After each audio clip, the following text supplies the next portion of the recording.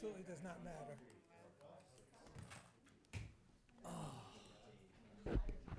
How are you? Long day. All right, if it's, I'll switch it if it. Yeah, he's running late. There's nobody here. Do you want this one? Or you're just gonna bounce up and down all It's night? not moving. Okay. It's a good thing you did that before the camera went on. Yeah, that'd be a little strange. Hey, Susan. How was your time away, Brian? Beautiful. You were on the vineyard? Much needed, yeah, for a week. Yep. Yeah.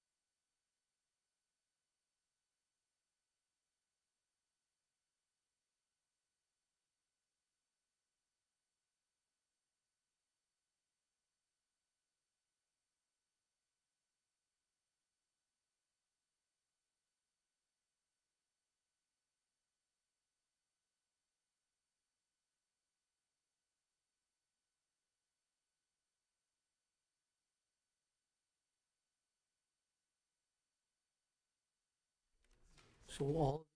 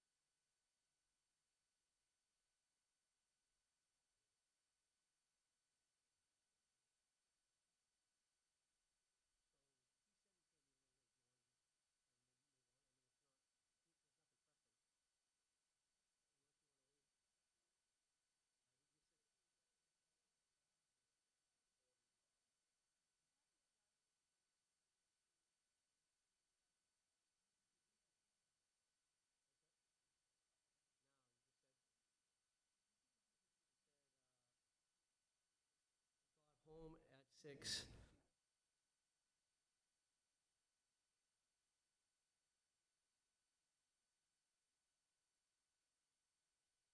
Okay, so I'm going to call the Select Board meeting to order, Wednesday, July 22nd, 2026 at 6:34. Start with the Pledge of Allegiance. I pledge allegiance to the flag of the United States of America and to the republic for which it stands, one nation, under God, indivisible, with liberty and justice for all. Thank you. First on the agenda is approve meeting minutes of June 24th, 2026. So moved. I have some amendments. Okay. Okay, sorry. In the document, Flats has 2 Ts, not 1. And then, I'll give this to you, Jen. Under the extended liquor license hours, when we were discussing that, in the narrative here, it said that. What page are you on? Oh, 7.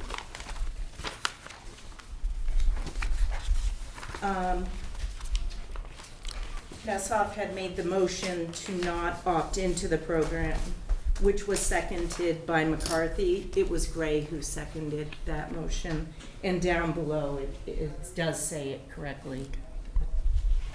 And then, Who's the second grade?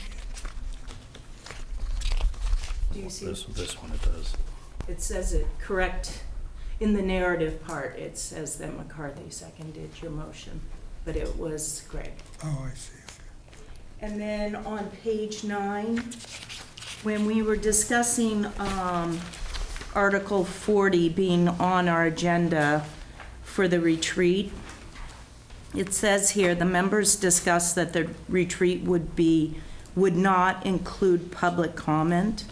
That was in relationship to Article 40. We had said we wanted to just have a 5-minute discussion amongst ourselves, and then we were going to vote on Article 40. There was no discussion about not having public comment at the retreat. And I did rewatch it this afternoon to make sure that my memory was correct. Okay, great. Okay? Yep. Do you want these? Erwin, do you accept those amendments? I certainly do. Okay, all in favor? Aye. Aye. Opposed? None. All right, 6:30 appointment, Michael Buckby, Town Accountant, approval for FY '26 year, and transfers. Mike? Thank you, Brian. So good evening, everyone. Thank you for meeting with me, and thanks for helping me put the reps on, helping us put the reps on last fiscal year. So every July I come in front of you and I ask for your approval to cover deficits in the previous year, fiscal '26's budget. This year we have 5 different requests, or 6 different requests for 5 different departments, and they total $412,000.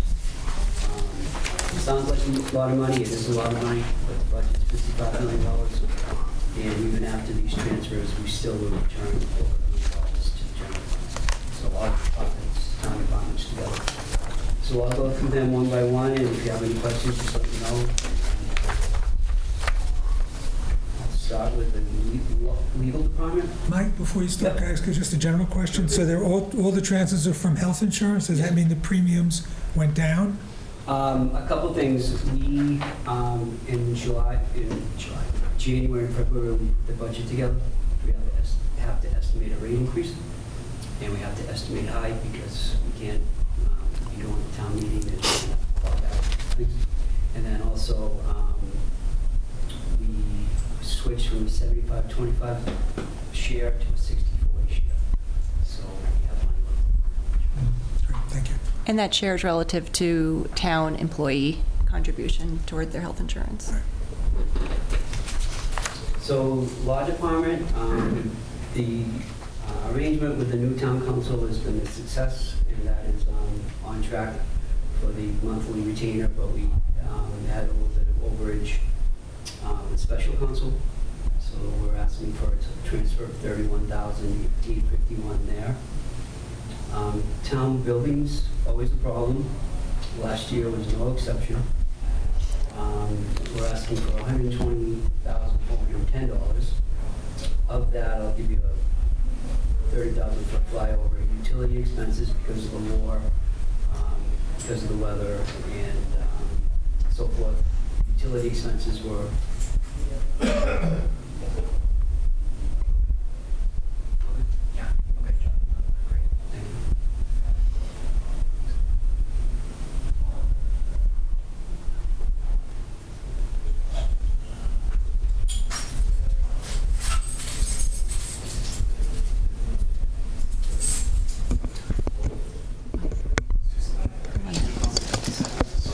Okay, all set.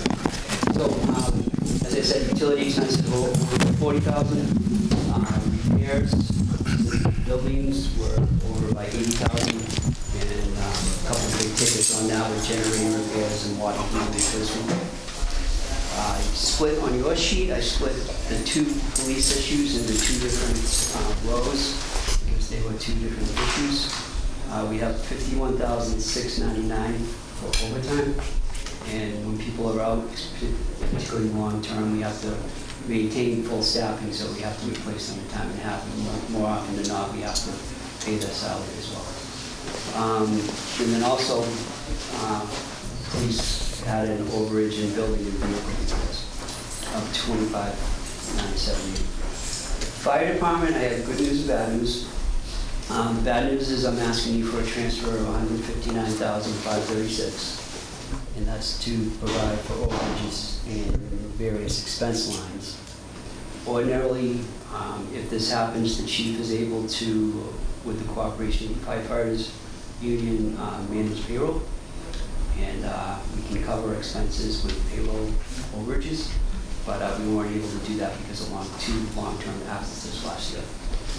We do have good news to report, though, and that a lot of these expenses were due to the full staffing of the second ambulance. And on the revenue side, staffing the second ambulance allowed us to bring in $100,000 in labor. So we have that going for us. And on the human side of it, on the public service side of it, we were also able to respond to 140 more calls where we didn't have to call in an ambulance from Norfolk, Situate, Haven, Cohasset. So 140 occasions, Hull was able to transport, and we didn't have to rely on outside help. Town insurance, we're asking for $22,719, and that is an almost annual occurrence. I do think we finally, for fiscal 27, we won't see that one again, but fingers crossed. So I think on your handout there was a highlighted motion that I'd asked you to make and vote I'd asked you to take. Question? Yeah. So are we transferring funds from this coming year, 2027, or I'm not sure I understand completely. I should have been more I'm a clear. newbie, so. No, and I should have been more clear when I started. So right now we're putting to bed fiscal 26, Yeah. which ended June 30th. So that's what I'm asking you to do tonight. So this is the budget we voted in May of 2025, and now we're just wraps up. Okay, but the movement of the monies, there's this surplus in the health insurance to go into these. Okay, got it. I understand now. Good. No questions, I'll make a motion. Move to accept the year-end transfers for fiscal year 2026, $412,193 as presented by the town accountant. Second?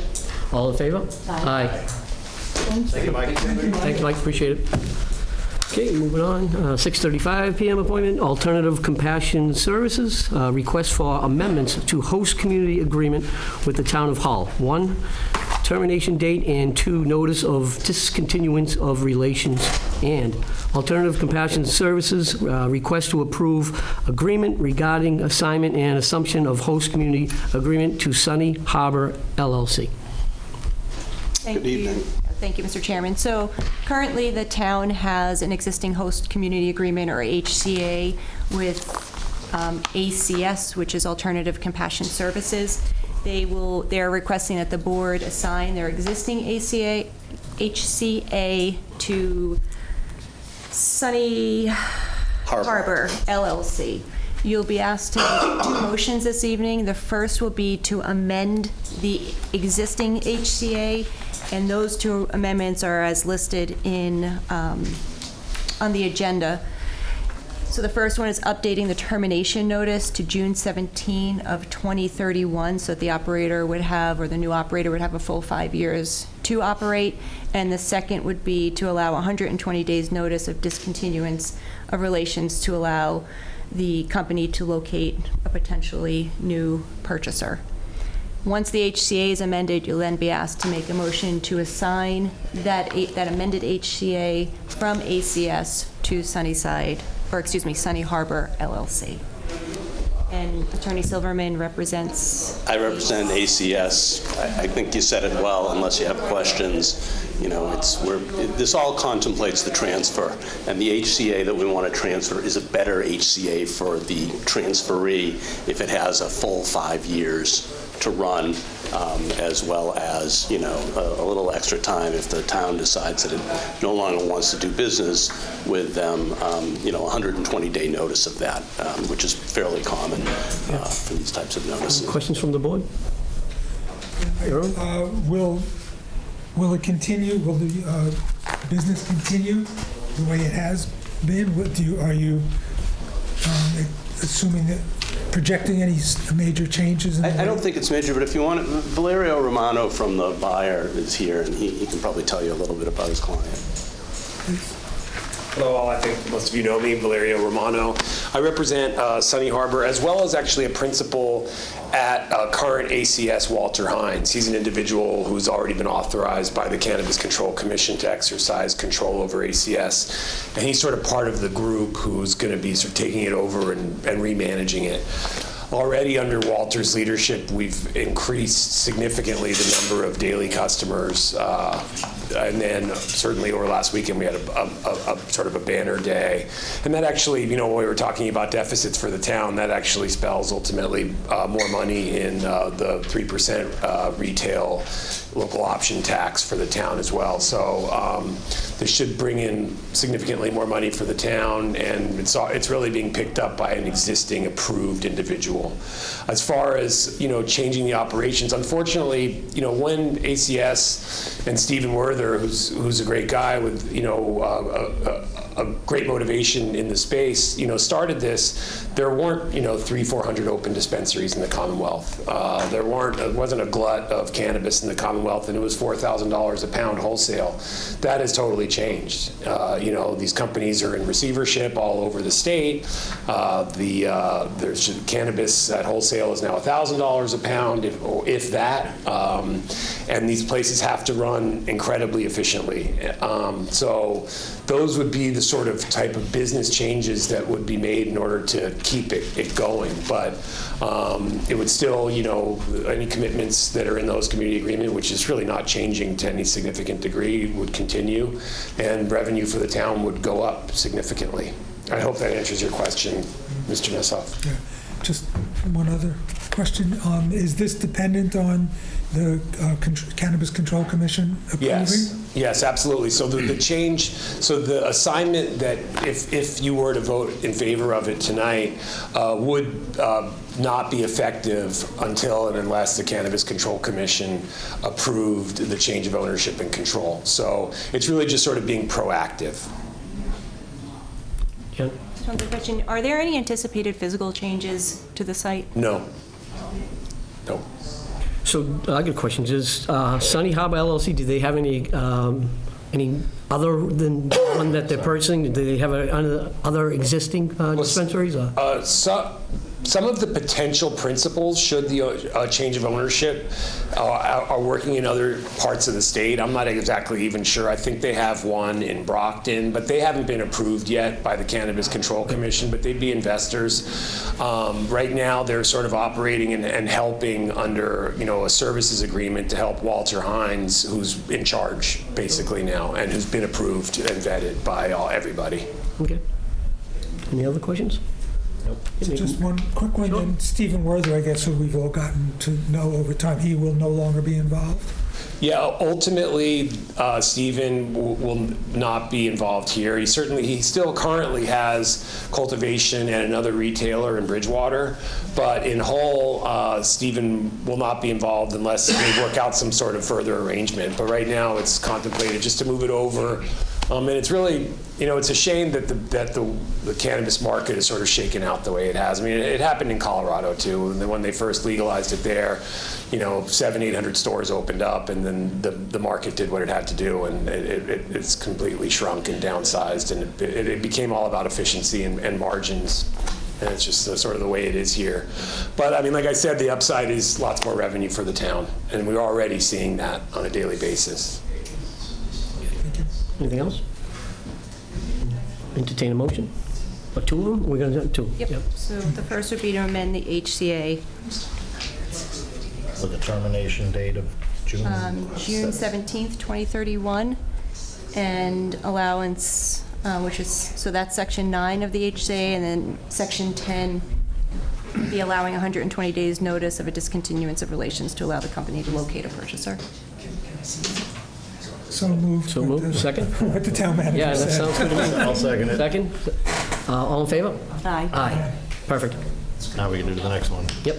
So it's, yeah, so we have to request to approve agreement regarding assignment of assumption of host community agreement by Sunny Harbor LLC. So, any I'll other make that questions? motion. From ACS. Motion. Second? Second. All in favor? Aye. Thank you. Good luck. Good luck. Thank you so much. Thank you, Val. Okay, moving right along, 6:40, meet with applicants for Beach Management Advisory Committee. The three people, Sherry Ann Anastas, Daniel Sullivan, and Val Romano. I'll go, Can I just yeah, point out something here? So currently, I'm on the Beach Management Advisory Committee, and later in our agenda, we're going to talk about me becoming the Select Board rep on that committee.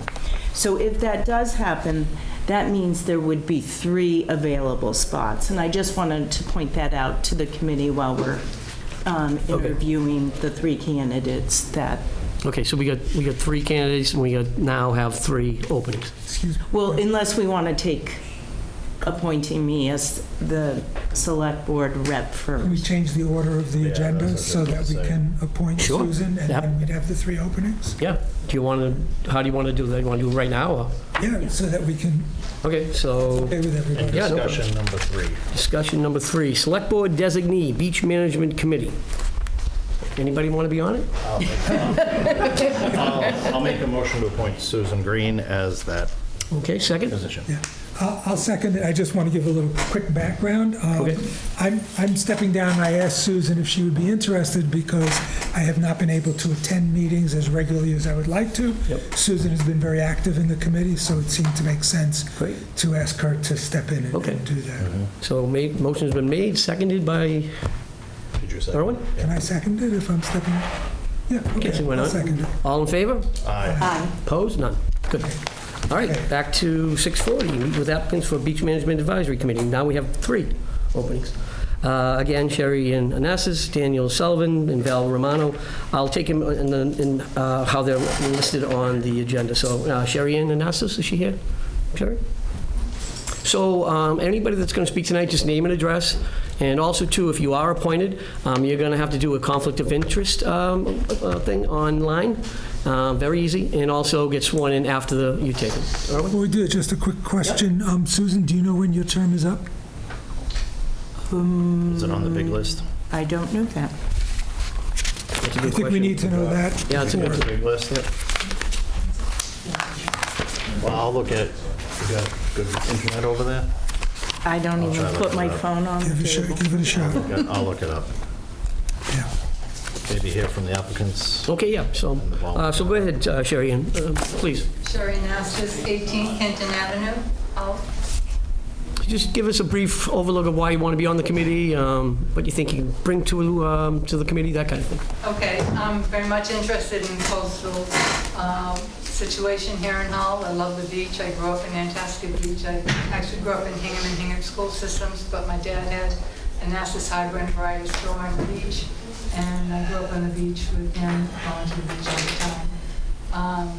I went to, after high school, moved down to Key West because I wanted to be near the ocean. I wanted to be on an island surrounded by the ocean. I studied environmental marine science program there and was involved with 2-3 years and then 1 year. ecosystem down in Key West and studying Florida waters down there. And then transferred to Canada, Dalhousie University in Nova Scotia, and studied marine biology, so that my background is a I received a biology degree, bachelor's degree in biology with a concentration in marine biology and oceanography. So I was pretty much involved in the ocean aspect there. And just love the town of Hull. I'm very much interested in the beach, the plovers, maintaining, doing structure for the beaches, and really love the beach. Great. Thanks for your interest. Any questions for Sherry Ann? No, just thank you for. Very much, Evelyn. Just a comment. Yeah, I go think, please. I think you sound overqualified, but definitely Oh, thank you. would be an asset to that committee, sounds like. Thank you so much. Okay, so moving right along, Daniel Sullivan. Dan? Here. Yep, please go ahead, sure. Dan Sullivan, 11 North Truro Street.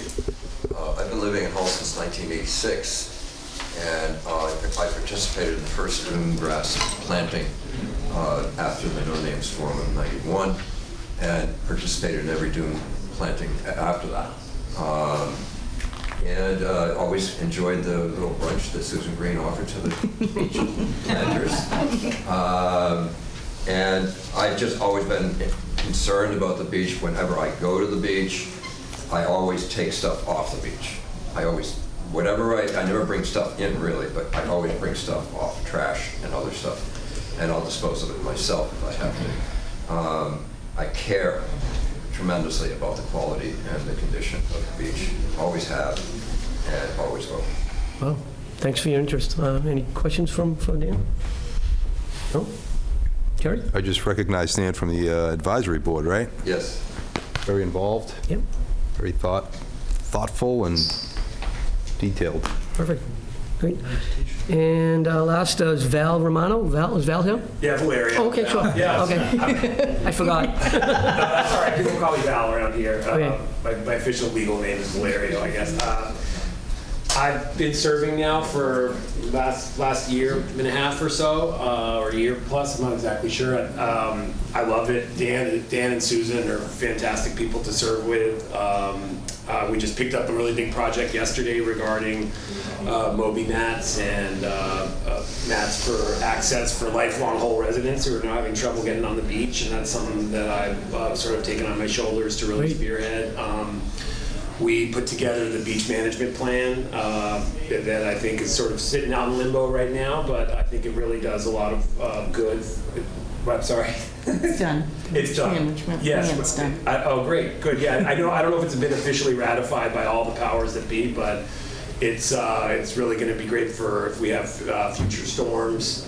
Some of us, including Susan, started also a side sort of committee for cleaning up the beach, and over the last year plus, we've literally picked up thousands of pounds of trash off the beach.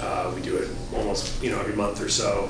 We have a good group. Sometimes 50 people turn out and help us cruise around the beach and just pick up trash. Susan Short Green's always there. So you really see who's dedicated to preserving this incredible beauty that we have here, and I certainly am. So if the board would like me to continue serving, I'd love to do it. Great. Well, it's very appreciative of what everybody does to help clean up the beach. The town needs help, and I see it in other towns as well, other beach sides down, so that people are getting involved other than officials, what have you. So, Erwin? So I'd like to make a motion. We have 2 3-year slots and 1 1-year position, which would be the continuation of Susan's seat. So I would like to nominate Val Romano for 3-year, Dan Sullivan for 3-year, and Sherry Ann Anastas for the 1 year. Okay. I'll second. Second? All in favor? Aye. Opposed? None. Good. Congratulations all. Thank you. Thank you very much, board. Oh, sorry. Just to remind everybody that they have to take the ethics. Yep, conflict of interest ethics class. It's an online class, very easy. You've probably done it before. Okay, yeah. And then you'll get sworn in or re-sworn in, I guess. Right? Okay. Do I get? I wasn't sure if I need to get Yeah. re-sworn. How's that work? You do? Yes. Yeah. You do? Okay. Yep, I'll be in and I'll bug the clerk when I... Yeah, you can just be in touch with Town Clerk Lori West, and she'll give you the information that you need. Thank you all. The ethics, Ms. Anastas, it's an online. You'll get a certificate, and once you do that, then the town clerk can swear you in. But you can check with the town clerk's office. They'll give you the information about the online course. And thank you very much for coming forward. We really appreciate it. Thank you all. Thank you, members of the board. Okay. Thank you. Did I run into you on the beach the other day? Yeah, probably. Yeah. I mean, I'm there like twice a day. Yeah. Okay. Was it with my dogs? Probably. I didn't want to bring it up. You did. See, I was trying to be. All right. Go any place without the dogs? No. Oh, here. Did you say unleashed dog? No, we didn't say Very well that. behaved. We wouldn't say that. Not in public. No. All right, moving right along. 6:45 p.m. Thank you all very much. You're welcome. Congratulations. Meet with applicants for Hull Waterfront Access Advisory Committee. I got two applicants, Jim Kilfoyle and Jean Paquin. And we actually have two vacant seats as well. No, can I? Yes, please do. So on the Hull Waterfront Access Advisory Committee, the records here don't show it, but on June 24th, I was appointed the Select Board rep. So that's the position that says position Select Board appointed by Select Okay. Board. So there's one citizens at large position available, A 2-year seat. a 2-year seat. Okay.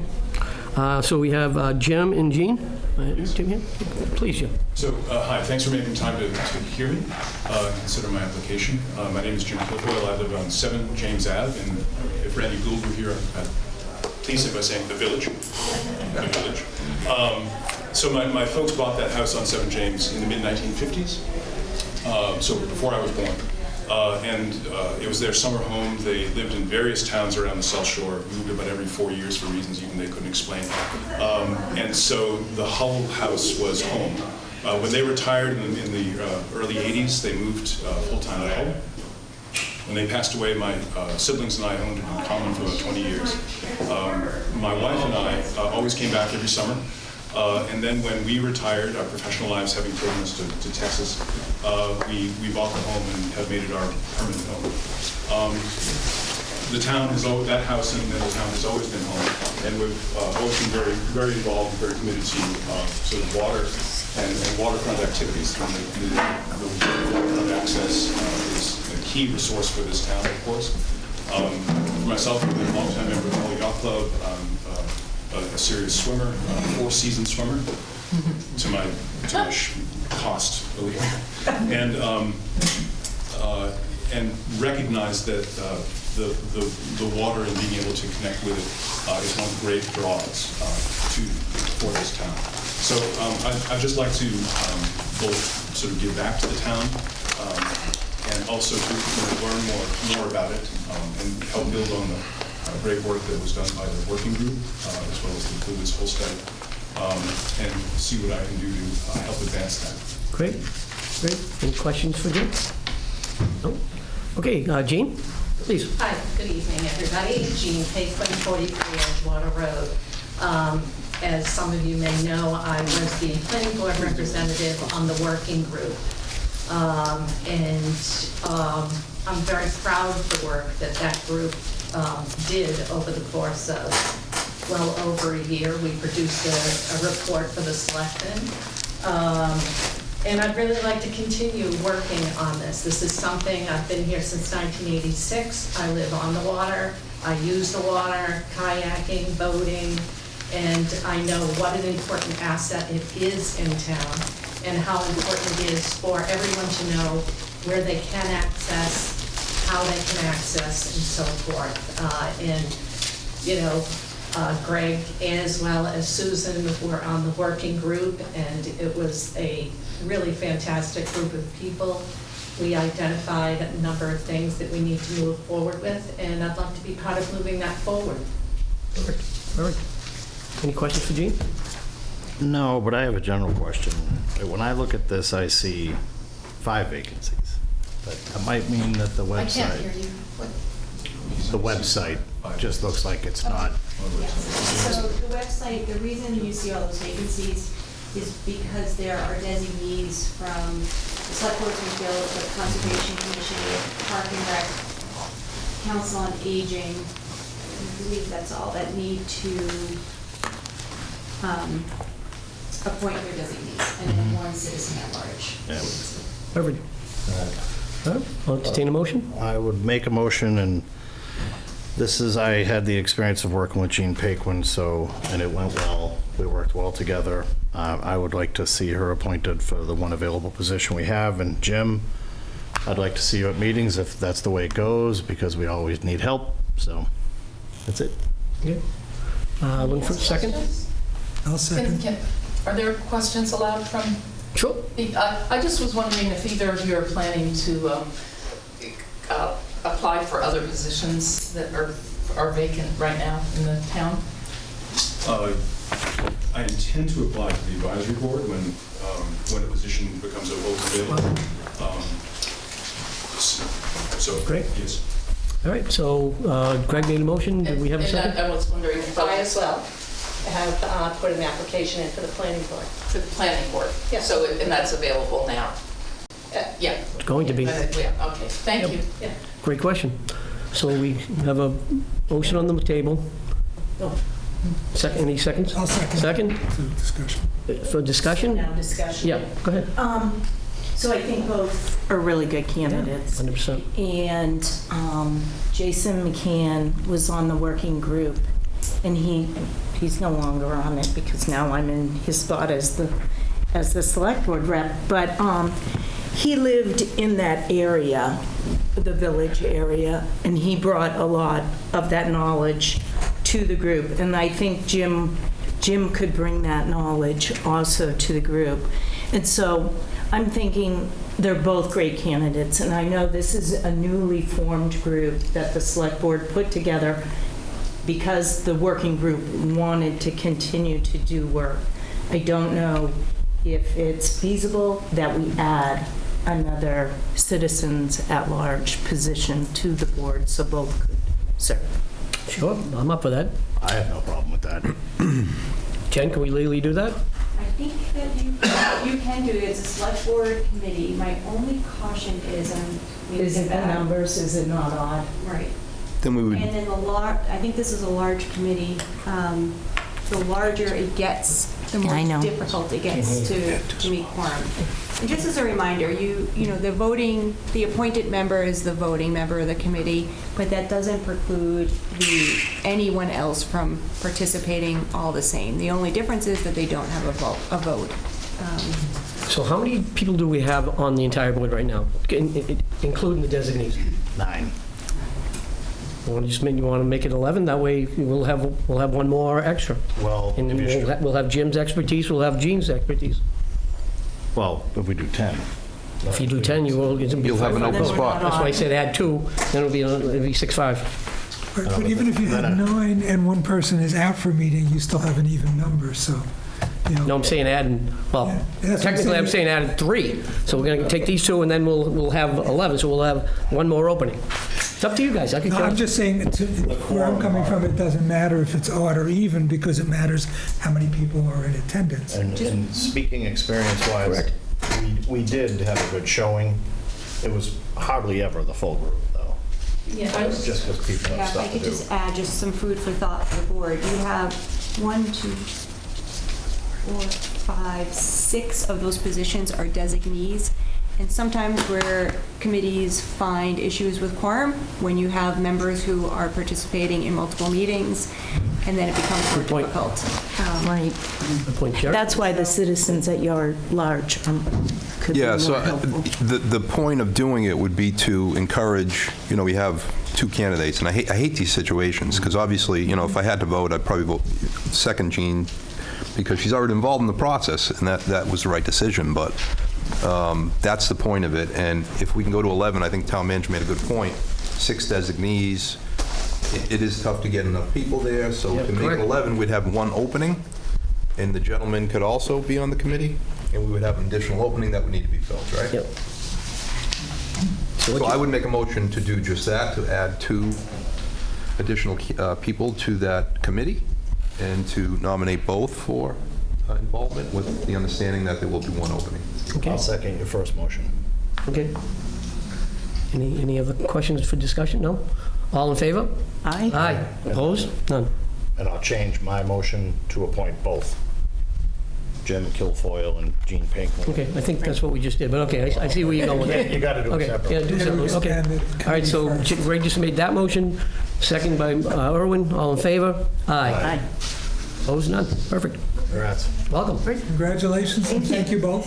Thank you very much. Jerry, you have a... Yeah, so just quickly, you know, this came up last week, town manager got in touch with me, and on the Park and Rec, it's 5, and it's a state mandate or a state regulation, right? And so the distinction here is it's a select board Correct. committee, so we have that. Correct. left. Yep. Can I just, point of clarification, Jerry, you added 2 seats makes it not 11.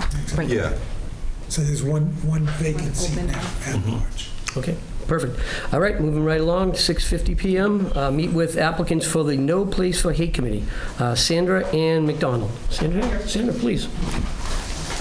So my name is Sandra McDonald, and I live at 742 Nantasket Avenue, here in Hull, and that's my house. I'm a homeowner, and I've lived here, it'll be 7 years in November. Okay, great. And just very quickly, why you want to be on the committee? Yeah. So there's 4 things that I want to cover, but I'll try to cover them very briefly. Okay. I know we only have a few minutes, so, and I want to keep everybody here till midnight. So, so the first thing is that I absolutely love Hull. I've been here, like I said, almost 7 years. When I first arrived in the town in 2019 to look at a house that was for sale here, which is the one I ended up buying, I immediately fell in love with the town right on the spot. And I said, this is where I want to live. And I was living in Quincy at the time in a rental, and I was like, okay, this is fantastic. I want to live here. And I've come to love the town even more. And regarding the No Place for Hate Committee, I don't want this town to ever be the way so much of our country is. I want it to be a warm, accepting, and caring place. So I just want the best for Hull, like many of the applicants for the other positions. It's just in a different vein because I'm applying for a specific committee. So that's number 1. Number 2, I said there were 4 things. So number 2 is my childhood. My childhood was full of lots and lots of bullying. I'm sorry, but that's just the way it was. And when I came of age, I went through elementary school in the 1970s, and it was a disaster. If anybody was alive then or went through school, it was very bad. And we all know how bad it is, but I never want anybody to go through that because it turns out bullying doesn't just go on in grade schools, it also goes on in adult life too. The political climate right now for any type of marginalized person, anybody of ethnicity, anybody who's an immigrant, anybody who's LGBTQ, we know it's horrible right now for the country as a whole. I don't want Massachusetts to ever go down that path, and I don't want Hull to ever go down that path. So my childhood is part of this. I don't want people to go through what I went through. And I was not a marginalized person. I was very mainstream, but it didn't matter. It still was very, very bad. So that's number 2.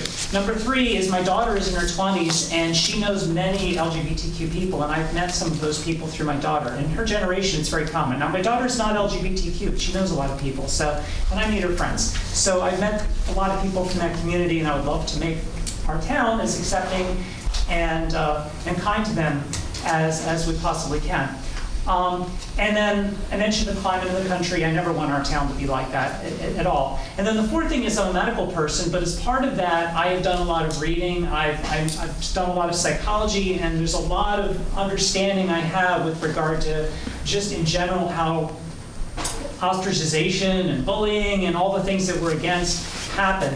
And because I have that kind of understanding, it's a very deep understanding, and there's a lot of psychological twists and turns, which we don't have time to discuss it now, but if anybody wants to have those discussions with me offline, or they want to give me a call or an email, I'll be happy to do that. But I have a good understanding of what is going on. I think I have a good understanding of what's driving a lot of what's happening in the country right now with all of this hate that's going on. You mentioned all the different areas right now.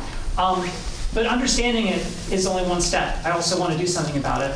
That being said, I know the committee sounds like a very good fit for me, but I don't know a lot about what the committee does or what the time commitment is. I just signed up for it. So if you choose me to be part of the committee, that'd be something I really would like to know, is what would you expect of me and what could I do?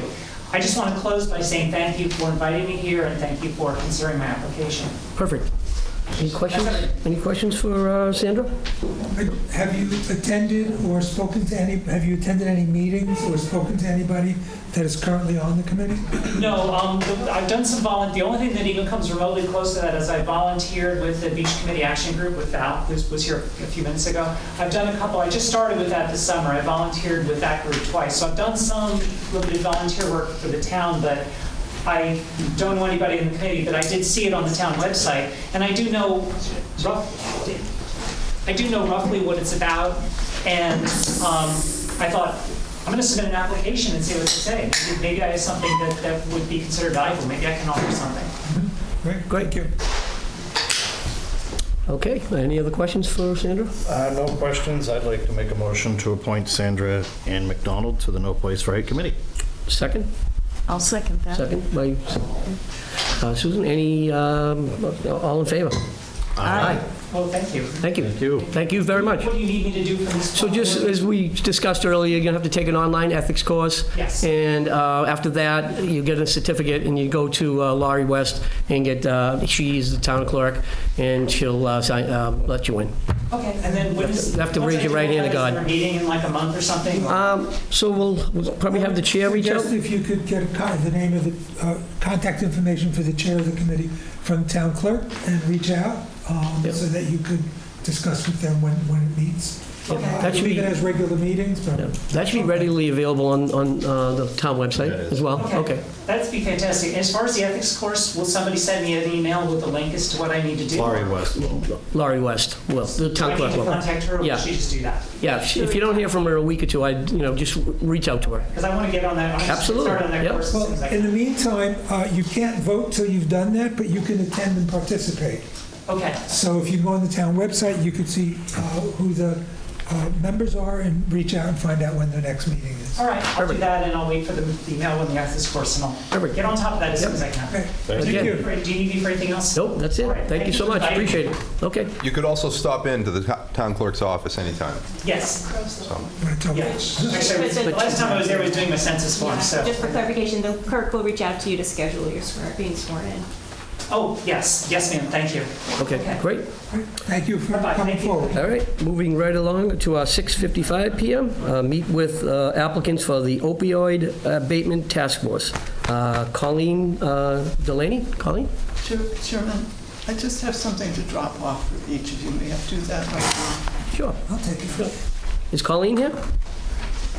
Please. I do not see her. Thank you very much. Welcome. It's 2 pages. So I do not see, I'm just going to move as we continue on. I don't see Colleen here. We do have two, correct. We do have two openings for the opioid abatement task force. Do we want to add her, or do you want to have her back at another time up to you? We can reach out to her, Okay. make sure she's still interested. Okay. So you don't want to vote on it, just want to, I think maybe give her the opportunity in case she, or something, circumstances changed. okay, great. And add her back on the next meeting. All right. So we'll move right along. So we'll do our 7 o'clock joint meeting with the Light Board regarding presentation of the Municipal Light Board 15 Edgewater Road facility. Existing conditions for operational needs for the light plant facility at 15 Edgewater Road. Concept scope, renovation of an existing building and construction of a 4-bay drive-through garage.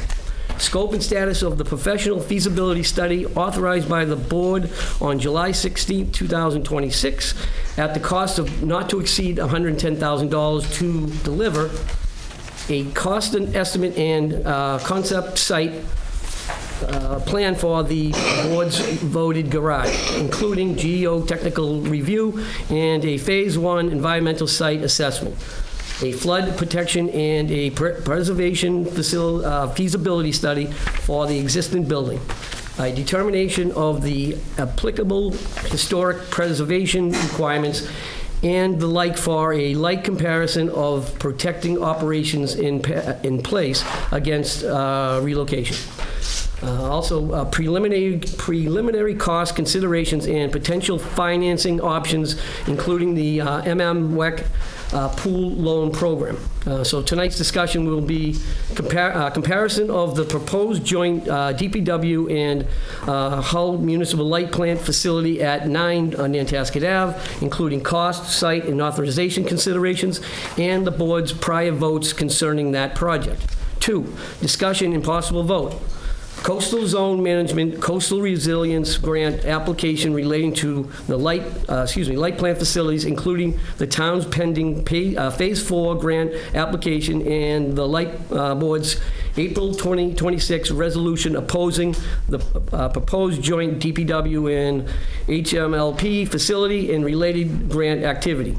Possible vote on the board's position regarding the Phase 4 application, including reaffirmation of the resolution and the status of actions directed by the resolution. Oof. Okay. Nice job. Thanks. Anybody want to get started? Hold on. Sure. They have to start the meeting. You start your meeting, guys? Yeah, great. I'd like to open up the Hull Municipal Light Board meeting of July 22nd. I have 4 board members here. Roll call. Dan Chigarello, present. Stephanie Landry, present. Tom Burns, present. Jake Valancourt, present. Excellent. And we have 1 board member that hopefully he would have been here on Zoom, but didn't get a link to call in. So I think there was some correspondence that Jake had sent to town manager, but he's not here. Okay. So, unfortunately. All right, so who wants to start? Do we have the presentation to put up here, or do you need me to come in with my computer? Anything. I sent it. It's in your email, but I can plug my computer and then put it on the screen if you'd like. What works easier for you guys?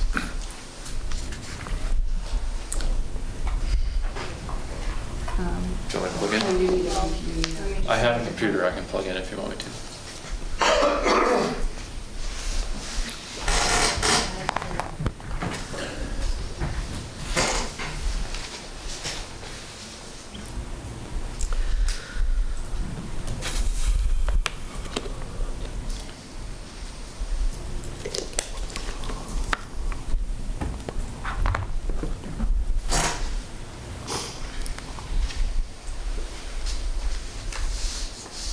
Do you recall when you sent that, Jake?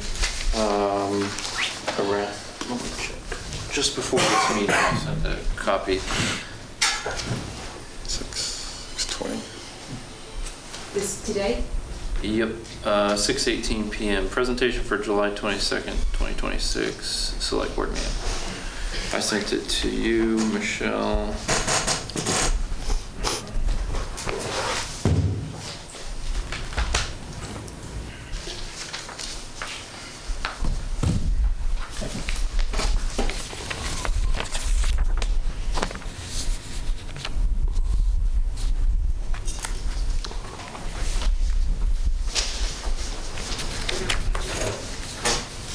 Do you mind just giving that microphone a little tap? What? Just to tilt it this way a little bit more, thank you.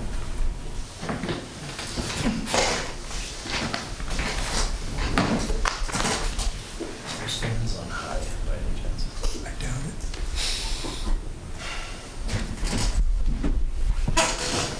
I'm hoping that would go. Maybe it's better us.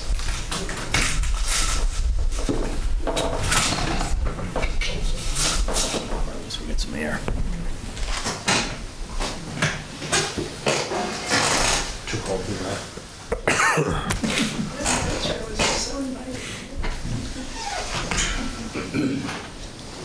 Good timing? Yeah, good.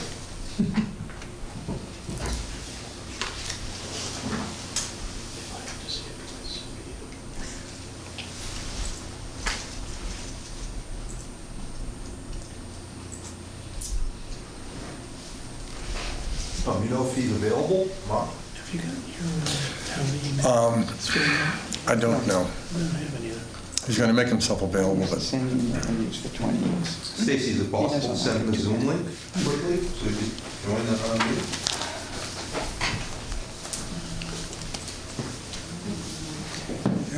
Yeah, it's a little... Not going to work if this isn't on Zoom, it's not going to work.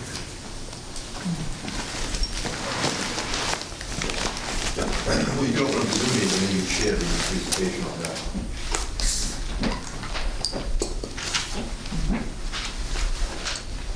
This is the same meeting that was at the Light Board meeting last week, and it was sent to the Select Board ahead of time last week as well. So this is as it's titled, The New Garage and Protecting the Historic Building.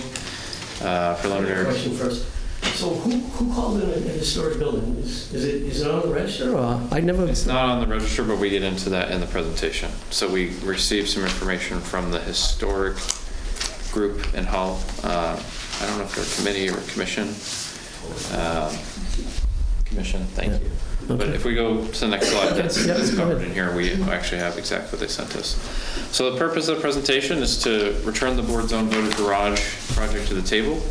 On November 20th, 2025, the board voted to propose a capital project for a garage at 15 Edgewater Road. That vote was unanimous. And this presentation develops that concept, and it sizes the cost.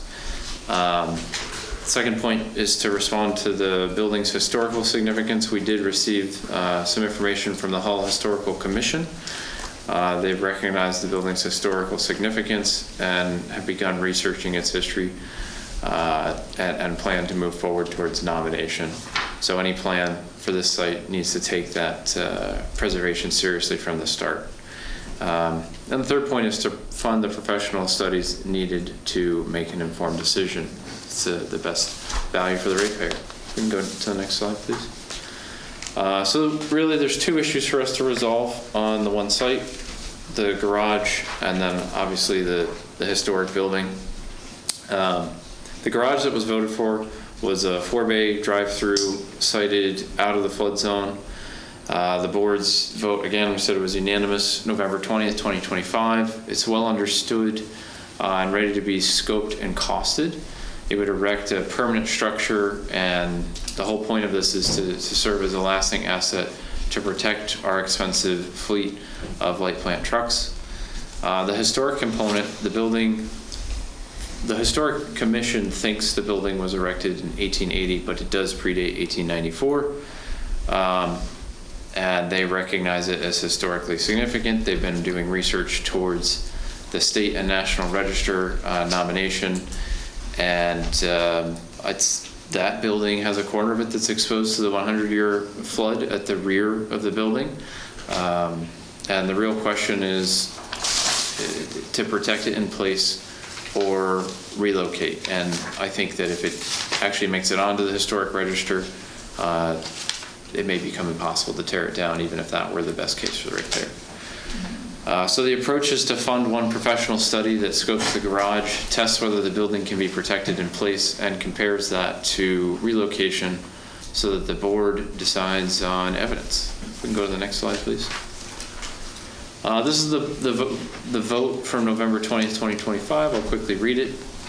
The motion was a motion was made to propose a capital project to fund a garage at 15 Edgewater Road to store fleet vehicles designed to allow for solar orientation and complement the historic nature of the existing building. All 5 board members that day voted for it, so it was unanimous. The vote has not been implemented. A temporary fabric structure has been put forward to the board, and this presentation doesn't cover that, but the board actually voted unanimously against that fabric structure. This presentation returns the board's voted project to the agenda so it can be properly scoped and costed. Next slide, please. So this is from satellite imagery overview, and obviously this is crude, but that's the proposed garage, roughly where we think it would be located. That's the site of the existing Hull light plant, about 0.8 acres. And like we said, we believe it was built in 1880. That's not verified yet. That's just what we believe based on what we've been told. And there's a flood note there. Weston and Sampson maps the 100-year flood reaching the rear of the existing historic building, so the offices. You can see the building in the top right corner with the sort of orange-red colored roof. That's the potentially historic building. We'll go to the next slide, please. So the historic building, it is significant and it is exposed. The historic significance is obviously being looked into. The exposure is real, and this answers your question specifically, Brian, number 2. So Mary Harrington, who's the clerk of the Hull Historic Commission, on July 15th, notified us that the commission has recognized the building's historic significance and has begun researching its history for the purpose of nomination to National Register of Historic Places. Since then, after this whole presentation was put together, she has actually sent us more information and has requested us to put some sort of form that I'm not familiar with yet on our agenda for our next meeting in August. So it's developing, and they are actively working it. Third point is that it's exposed to flooding at the rear. That's a fact. Weston Sampson showed that at the 100-year floodplain, so that's 15 feet during a storm surge, although I don't know that's tidal action. But any action that we take needs to be effective and also compatible with the historical significance. So that's why you're going to see a big range here. If we can move to the next slide, please. This just shows you some of the existing conditions. This was documented by the town's consultant, Weston and Sampson. These images and the descriptions of them are pulled right from there. We all saw that together in a joint meeting earlier this year, so I think we can go to the next slide. So we felt that Tom and I are the ones who put this presentation together, and we felt confident that it's important that we answer the relocation question with evidence. So the town's case for relocation, Weston Sampson's arguing the existing buildings are past their useful life and flood exposed. I don't think anyone's arguing whether or not they're flood exposed, but that's their position, and that a joint facility on raised pilings would be more resilient. To us, the open question on the joint facility is flood protection rests on pilings that are not yet confirmed by borings in soils that are already known to be weak and difficult to build on. And its garage still relies on flow-through doors and moving trucks out during floods. So the third point would be that a fair comparison requires that the relocation plan has been studied. The in-place option, though, has not been studied adequately. So this is going to put real numbers on protecting this site, which will let the board and the town compare evidence to evidence, which, again, we think is fair. The point is not opposition to the joint facility. It's a request to study both paths to the same standard so the more resilient and affordable choice can be identified, not assumed. Next slide, please. So this is what the board voted for, the design criteria or criterion for the November vote last year.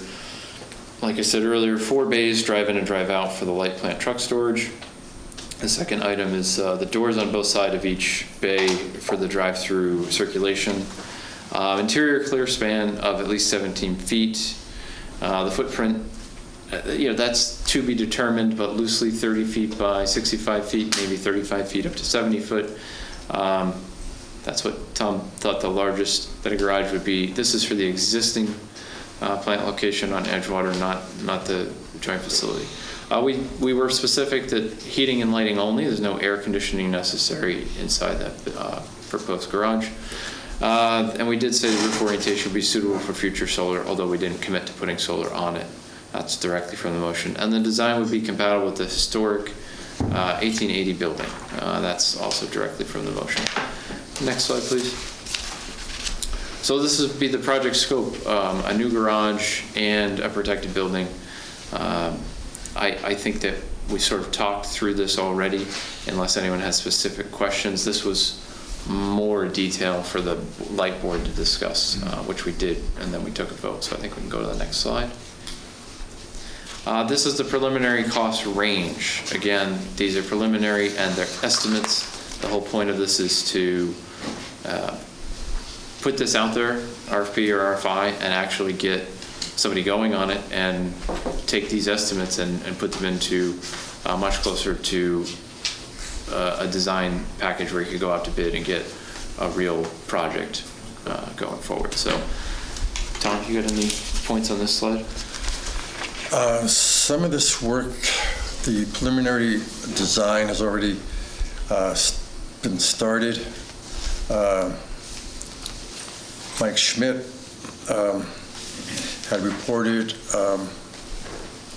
to us on March 19th that he had received a proposal from JCBT Architects from Quincy for a design of a new accessory building and garage. The proposed structure would be designed to house 4 light plant trucks.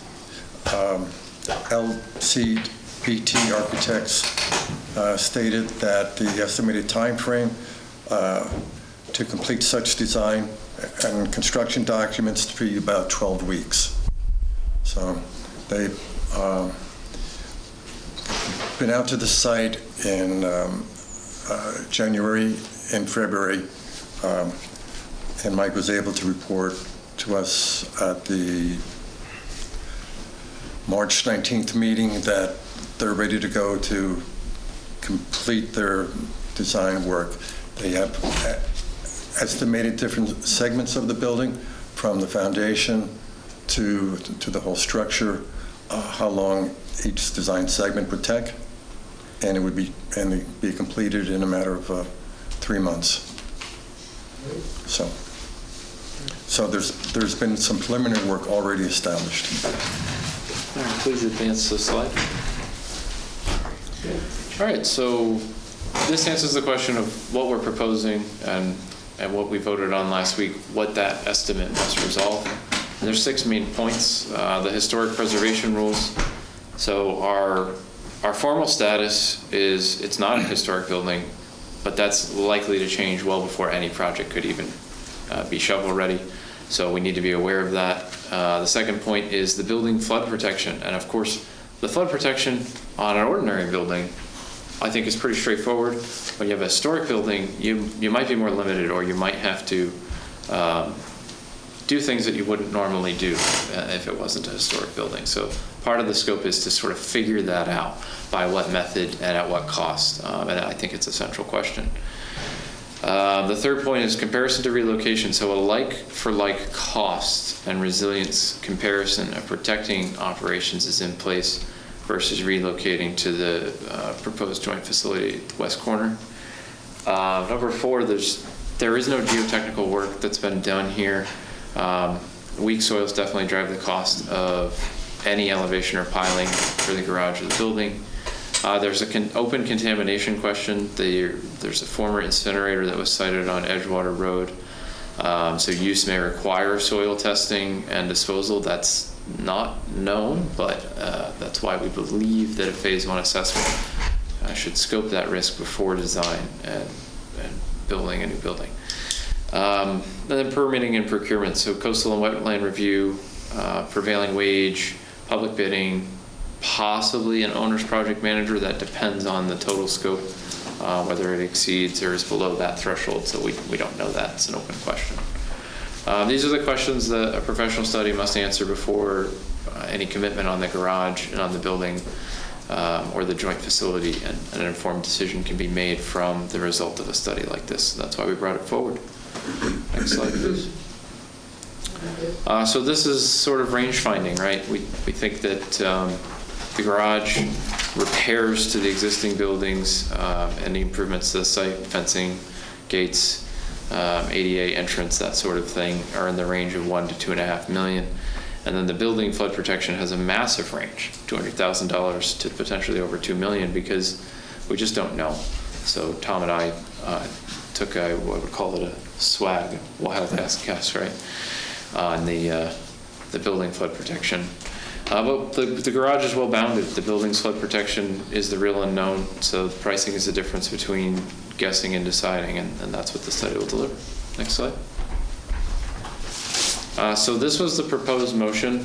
The motion that actually passed was expanded a bit, and so the select board understands what ultimately passed is very similar to this, but we added that we need an update from the light plant manager in August, and we also added that it would essentially look at, the scope ultimately would look at what already exists, so that we're not duplicating effort or work.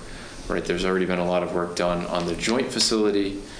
There's been a little bit of work done on the existing facility at Edgewater, and multiple light board members were clear that we didn't want to repeat scope and be paying for work that's already done. So I think any good study would look at the existing data and then build up from there, not retread ground that's already got an answer. One other thing that we did add was the motion that passed was specific in not wanting the existing contractor or vendor that's doing the joint facility, because we felt that they couldn't necessarily render us a clean opinion, given that they've already put it out there that they think that the joint facility is the best case forward. Any questions or comments on this slide? I think Mike's here. Mike, did you get a preliminary number from JCBT Architects? We did, yes. What number did they have? I don't know, it's appropriate to share it. Okay. Why would it be inappropriate to share that? Just in case we go over the pricing. Need to bid, it would be contract negotiations, and it would not be appropriate to share right now, but it's at a disadvantage or other contractors. Is it well within this range? That would be an answer. And Mike, can you clarify, was that for the garage only or for the full facility? There's a couple more slides, but this is the money slide. This is where the ask was, so I think stopping here makes sense, and we get to the next points in our agenda. So, Mr. Chairman, if I may, so you heard a presentation from a member or two of the Light Board. I think it's very important for the community, both ratepayers and taxpayers, to hear some of the clarified information based on the presentation this evening. So if I could just clarify and package it a little differently, I think that is critically important for everybody. So a couple things. I'm going to break it down this way. We're going to, ask what is the issue here. Is the issue that we need a new facility? That the light plant needs a new facility? Is it that we're looking to build resiliency and in response to climate adaptation, which we are realizing is a real thing, or are we looking to designate a building as historic? Because that comes in with a bit of conflict with the initial two. And then what are the rules that we're applying to this right now? I want to be very clear relative to authority here. The Light Board's authority per the town charter is to set rates and advise on policy. The town manager's responsibility under the charter is to manage and be responsible for all town buildings, property, and facilities, except those under the jurisdiction of the school committee, unless that committee or to request otherwise. In taking on that responsibility, we're looking at both programmatic and financial responsibility. That's not to suggest that the town manager would decide, nope, we need a dual facility, or we need, we're going to move forward with any one facility, but it's to get the information in a comprehensive, responsible, and professional manner to the relevant boards, and moreover to the community who would ultimately make that funding decision. And those are things that are either being overlooked or not necessarily addressed in this study. The ask for $110,000 feasibility study, my understanding is that the Light Board would use their depreciation fund. If that is something they wish to choose, or the fund that they established, but in understanding for the ratepayers what they're using those funds for, to understand that some of what's included in the scope, which is a very broad scope, has already been accomplished. We already have an existing, and by a professional engineering architectural firm, existing conditions, a vulnerability assessment, design flood elevation, site screening, staff survey, which I would add is a 12-page questionnaire to the light plant staff that includes both operations, because we're not only talking about vehicles here, we're talking about staff as well and operations, as well as programming of the space and recommended size and location.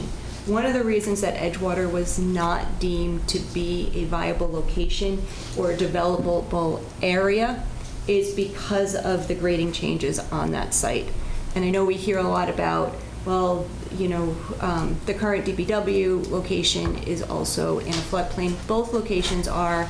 That was actually deemed to be a less flood-prone location, and subsequently that's an area that can actually be moved up out of the floodplain by infilling the location. So just another thing to consider. Phase 3 would include geotechnical investigation. I also want to clarify the costs. I know the number 65 million for a joint facility has been tossed around. We do have a true cost estimation from the existing grant work, which I will also point out has been not borne on the backs of tax or ratepayers. It has largely been public grant money that have funded the work, which have brought us to today. So the cost estimation for a dual facility is actually 45 million. 33% of that work, so 14.4 million, would fund the separate facilities for the light plant, both operational administrative offices as well as the garage bay and spaces.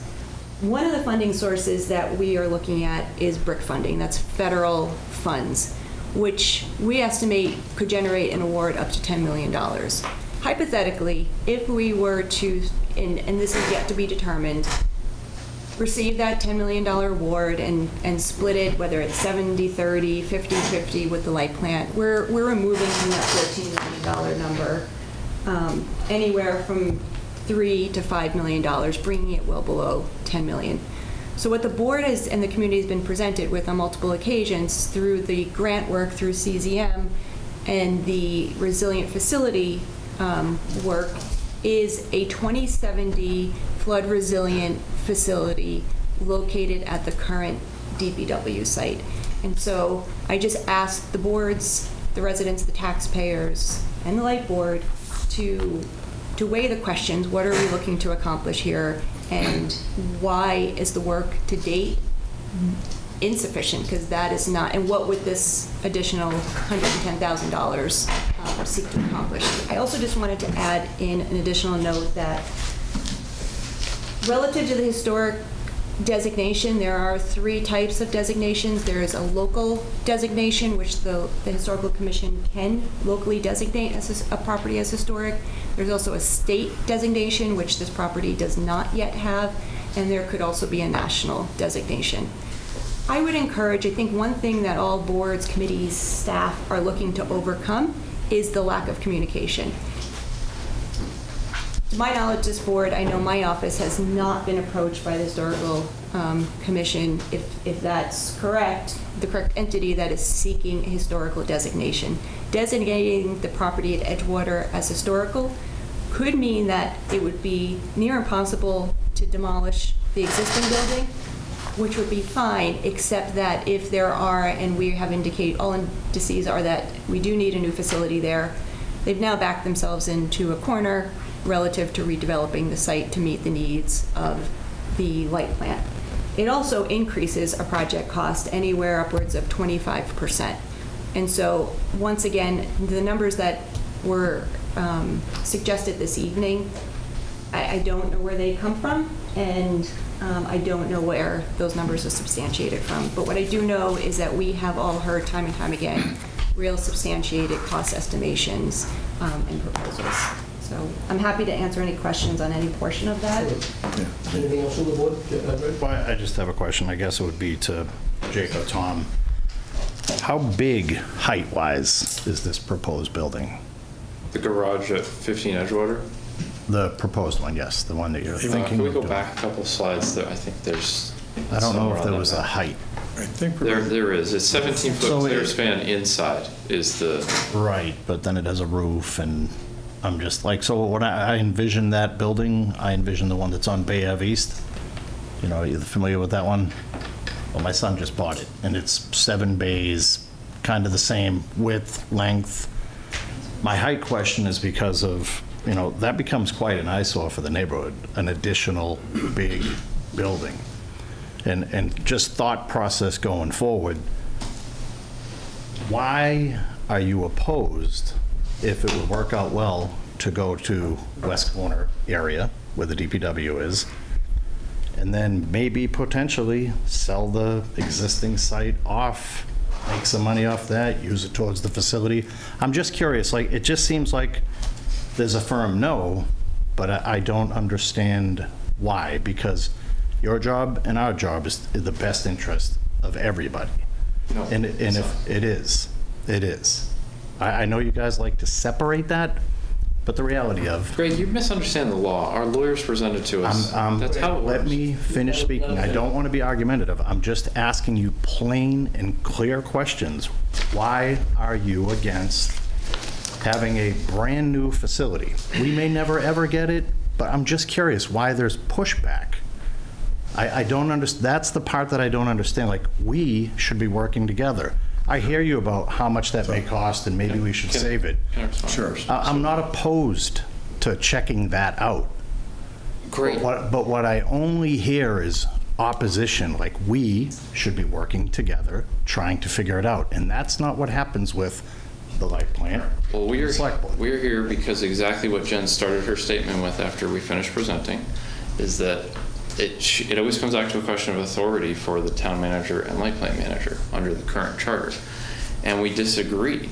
The authority question has been asked and answered by the light plant's attorney, who represents the light plant as a whole, not town manager, not your board, not our board, but that whole entity. And he's told us that our authority is much bigger than what the charter says, or the way that the charter is being interpreted by the light plant manager. And the light plant manager takes our votes as advice, and in many cases has ignored them, which is exactly why we're having this meeting right now. So I'm going to get to your question. That's what the charter says, to be clear. So why do we oppose the joint facility? Well, I call into question what Jen just told us on the number, because the presentation that both of these boards saw this year was $60 million plus $5 million with a question mark and a drawing of a new building with a helicopter on it. That's what we saw. That's not the number she just told us. So why did it change? Why did it change from May to now? That doesn't make sense. If I could. Wait, can I finish? Just focus on my question? I'm answering your question directly. Without all the other stuff. All the other stuff is the context for how... No, it matters. Why would you be opposed? Why would you be opposed? We're opposed because we have just hit 16.6 megawatts on a system that has a design stamp from an engineer of 93-year-old lines, 17.5 megawatts. N1 and N0 doesn't exist for Hull. Do you know what that means? N1 and 0, what I'm talking about? We could be in trouble with that. No, it's an engineering standard for utility, electric utilities that say if you have feeder lines, we have 2 feeder lines, right? I think you're all aware of that. If one of them goes down, it should be able to carry the load of the whole town. One of them goes down, it cannot carry the load of the whole town. That's physically impossible at peak.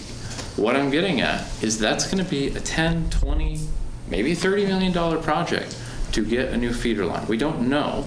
We're actively, last September, we voted unanimously as a light board to pursue a battery to buy us some time because the town already approved, and I don't think they should have, they already approved a large apartment building to be erected. It's under construction right now. That's going to add approximately 1 to 1.8 megawatts of load to our peak. So that's going to take where we are now and push us above the engineered nameplate. So we're looking at needing to do a multi-million-dollar project, and we're being asked to potentially fund an unknown $60 or $65 million question mark, and now the number's changed to 40-something million. Oh, maybe Hull would only have to pay 10 million. It's a very big question. Let me ask the question in a better way.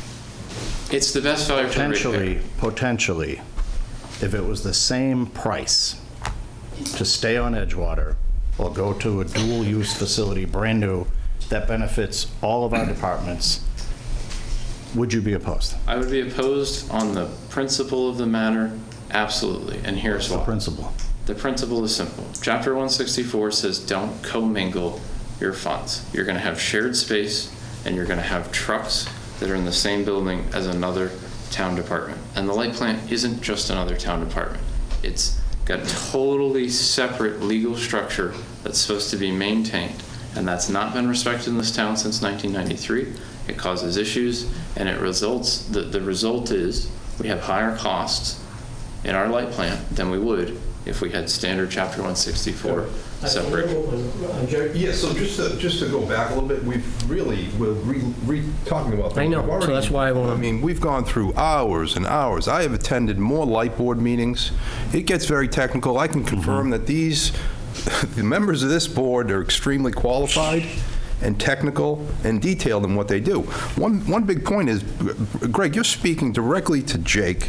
This is the board in majority voted to not move from, unless I'm wrong, you can correct me, to not move from their existing site. That is not, now the select board, I assume maybe our authority would overrule them, but I would never do such a thing without really being super involved, and I haven't seen anyone at these meetings other than myself from the select board, no offense, okay? Hours over the last year and a half, okay? So that's number one. Number two is, if we could back up a couple slides to the overhead of the land and the proposed garage location. You mentioned drive in, drive out, so would you be pulling in and pulling out of the garage in some way? Or would you just be pulling in or backing in and pulling out? So this,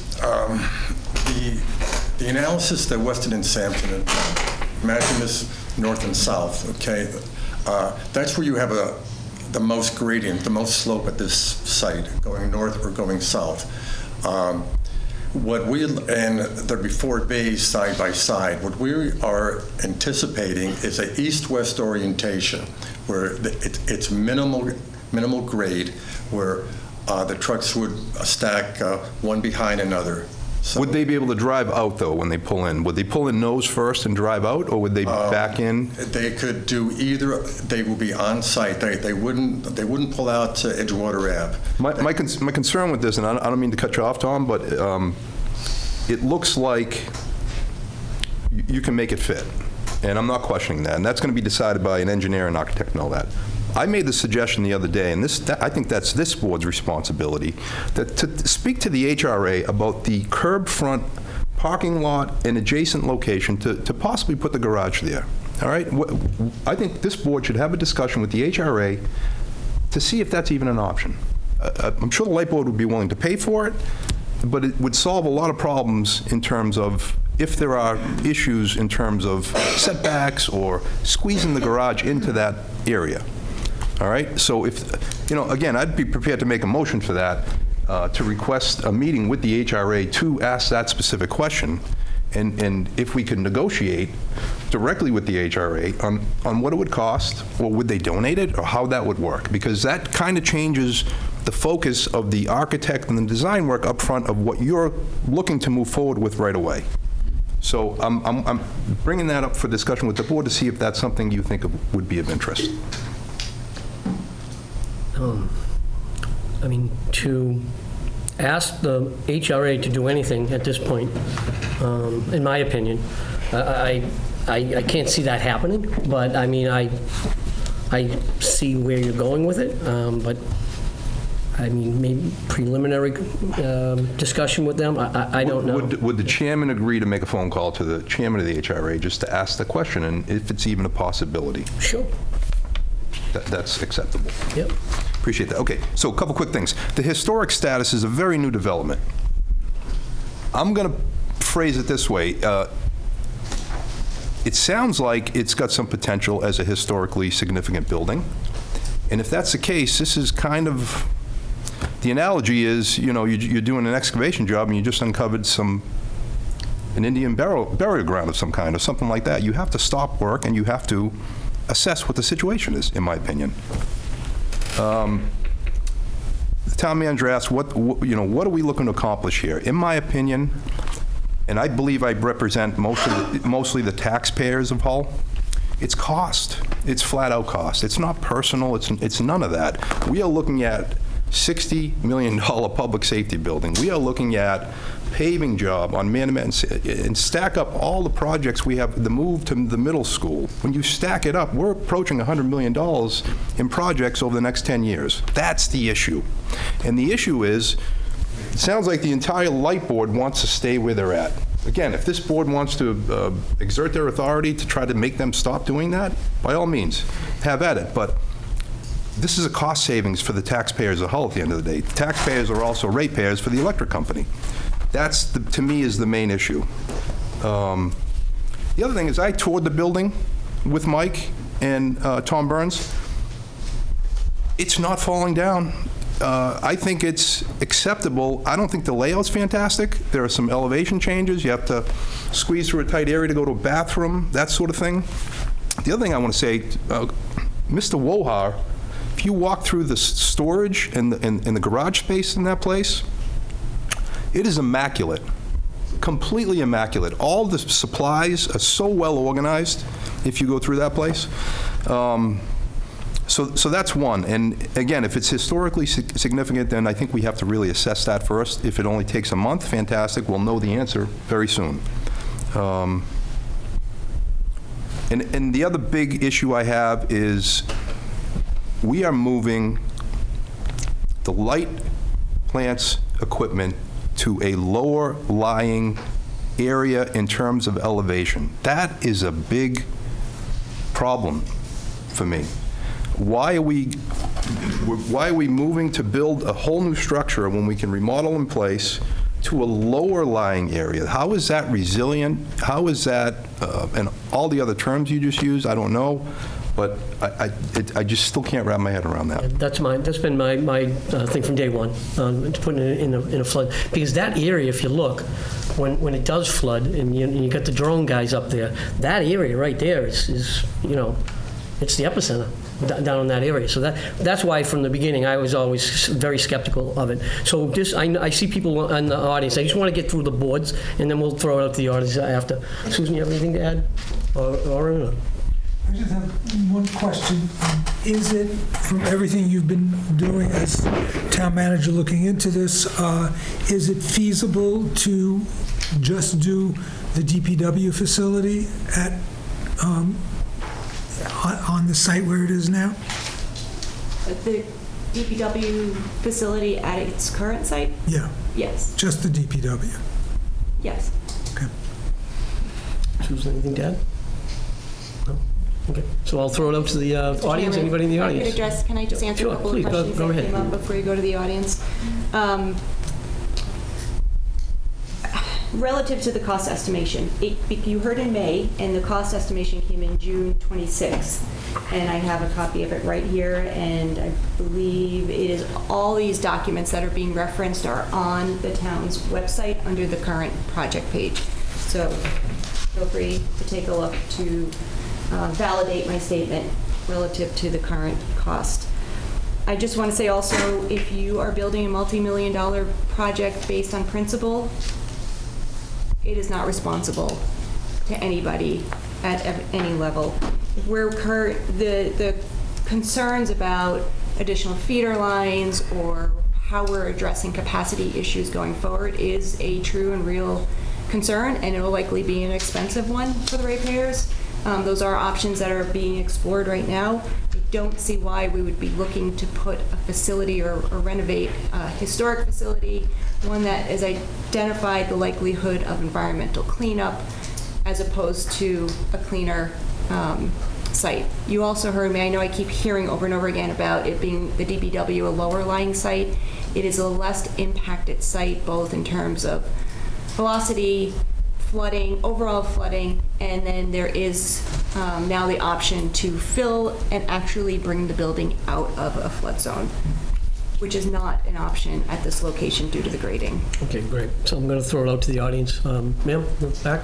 Whether your number is 60 or 45, is the piling and the stabilization of the subsoil, the geotechnical challenge of the dual facility in the 45? Yes. Anyone else in the audience? Sir, out back. I'm going to do it to the audience, you guys, and then we'll try to wrap it up after the people have to speak. Name and address. I have a question. Name and address. Oh, sorry, Mike Whitney, 115 Manamet. Did I hear correctly that if we are going to get a flood, we have to take all the trucks out of this new proposed garage?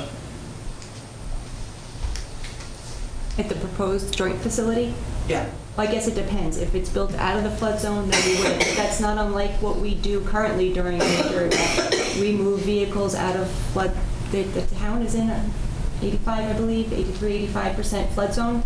So we move vehicles to higher ground. We often move them to the Jacobs Elementary School, for example. But that doesn't sound like we're really improving the current situation for whether it's 40 or 65 million. The whole point of a garage is to keep the equipment dry. That's been- No, well, that's not accurate. What we are improving is we are making it a resilient facility. And if in that major event we need to relocate to save equipment or to make it more accessible, that is currently what we do, and that is what we do. We cannot change the fact that we are a peninsula that is the far majority in a flood zone. So it's a challenge. That is a real challenge. Anyone else in the audience? I just had one comment. Go ahead. In addition to the question, which was, simple math, dollars and cents, even with the lowest estimate for the light plant, I was doing the math in my head as the town manager was running through. We're still at a combined facility cost of $10 million for the light plant versus, I forgot what the number was here, maybe 4? 3 or 4. Yeah. So again, I'm just all about dollars and cents. Yep. And it's not personal. It's not. Just comment. Anyone else in the audience? Again, I want to get the audience in, and then we can wrap it up. Anyone else? Go ahead, Pat. This all started with the reason because there's a new truck coming. They needed some garage space to take care of that truck. It started out as, like the gentleman here have said on the light board, that it was going to be a 4-bay garage. I'm pretty sure that what we talked about at that time was a metal building, drive-through, as they have said, and that was it. To make sure that it was reasonable cost and could be done fairly quickly and inexpensively to the ratepayers. That's what this started with. And then somehow it grew to be a designation of the building as historical, and then ADA compliance that has dramatically increased the cost. Neither here nor there. I was part of the board at the time and agreed with not going to West Corner. However, I've since learned some new stuff that, this thing has been in process for a while, and why not find out the answer? But, however, my suggestion has always been find some temporary building, which they have been identified in the town for temporary housing for that new truck. Find out what's going to happen down the street.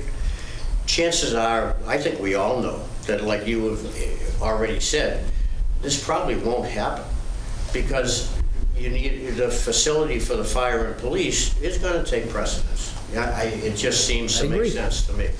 And as Jake said, he's absolutely right that we have a bigger problem, I feel, other than, yes, you have to protect a $400,000 truck. The very large investment for the ratepayers. But the two 93-year-old lines, which we have dealt with for many, many years, trying to get them fixed and repaired, and now it's come up to maybe we should be looking at a 3rd feeder line. That's going to cost some money. It's got to eventually come to fruition. And as Jake mentioned, that's one of the big concerns, that we're going to, financially, that's going to be a big cost, possibly to the ratepayer. So, not trying to get things done at a reasonable cost for the simple thing of taking care of one truck, maybe 3 or 4 trucks, and keeping the cost low seems to make good, reasonable sense. I don't understand suddenly the certification of a historic building, which is going to dramatically increase cost, and as well as the ADA. Yes, when we used to have meetings there many years ago, the prior town manager eventually got us out of there because we were not ADA compliant. It works just fine, meeting in this room. And, everybody tries to work well with one another. And it works fine. You're up against it on money. And I just think, I totally agree with the 2 feeder lines. That's the big problem for Hull Light Plant and their constituents that needs to be solved. Right. And a garage. A garage can be solved fairly reasonably well, and for now, rent a garage. Okay, so I'm going to wrap it back up. And anyone? Well, just to respond to Mr. Whitney. Mr. Whitney, Yeah. this is just, it's a they tried their hardest to gather some facts, and I give them kudos for that. I just want to talk to But him. you mentioned this as like an estimate. Like, I don't think you can use those numbers at all. That's, you can't compare the two. Like, we have firm, and then we have great effort. Like, that's great So presentation. but- will we have a more tight, excuse me, 1 second. Will we have a feasibility, when you have the feasibility study, is it going to hone, and we'll have more information on the cost? Would that be part of it? That's exactly. That's good. And that's going to be, and you said 12 weeks? 12, it can be, yes, JBTC architects said that they could accomplish that work in 12 weeks. Okay. 4 months. Jerry? So that's the whole point, is, you're right, that's an estimate, right, that they put together. And the whole point of the ask here is to allow them to spend $110,000 for a detailed cost analysis of what this is going to cost. And that's what we're going to do. And I know every other time a request for a consultant to do a study on a new project came up, this board was highly in favor of it, so I know that. The last thing I want to say, Mr. Chairman, sorry, I apologize, but one of the things I can tell you from going to a lot of those meetings is that Nick Scobo, I've listened to that guy talk an awful lot, and the last time he was in this room, he said it, if he said it once, he said it 18 times. This board and the town manager need to get along, okay? And there's still some friction there, and I hope it declines, and this is what we need. We all want to see happen, right? And clear direction. They're being very clear on what they want to do. They voted for it in a very clear majority.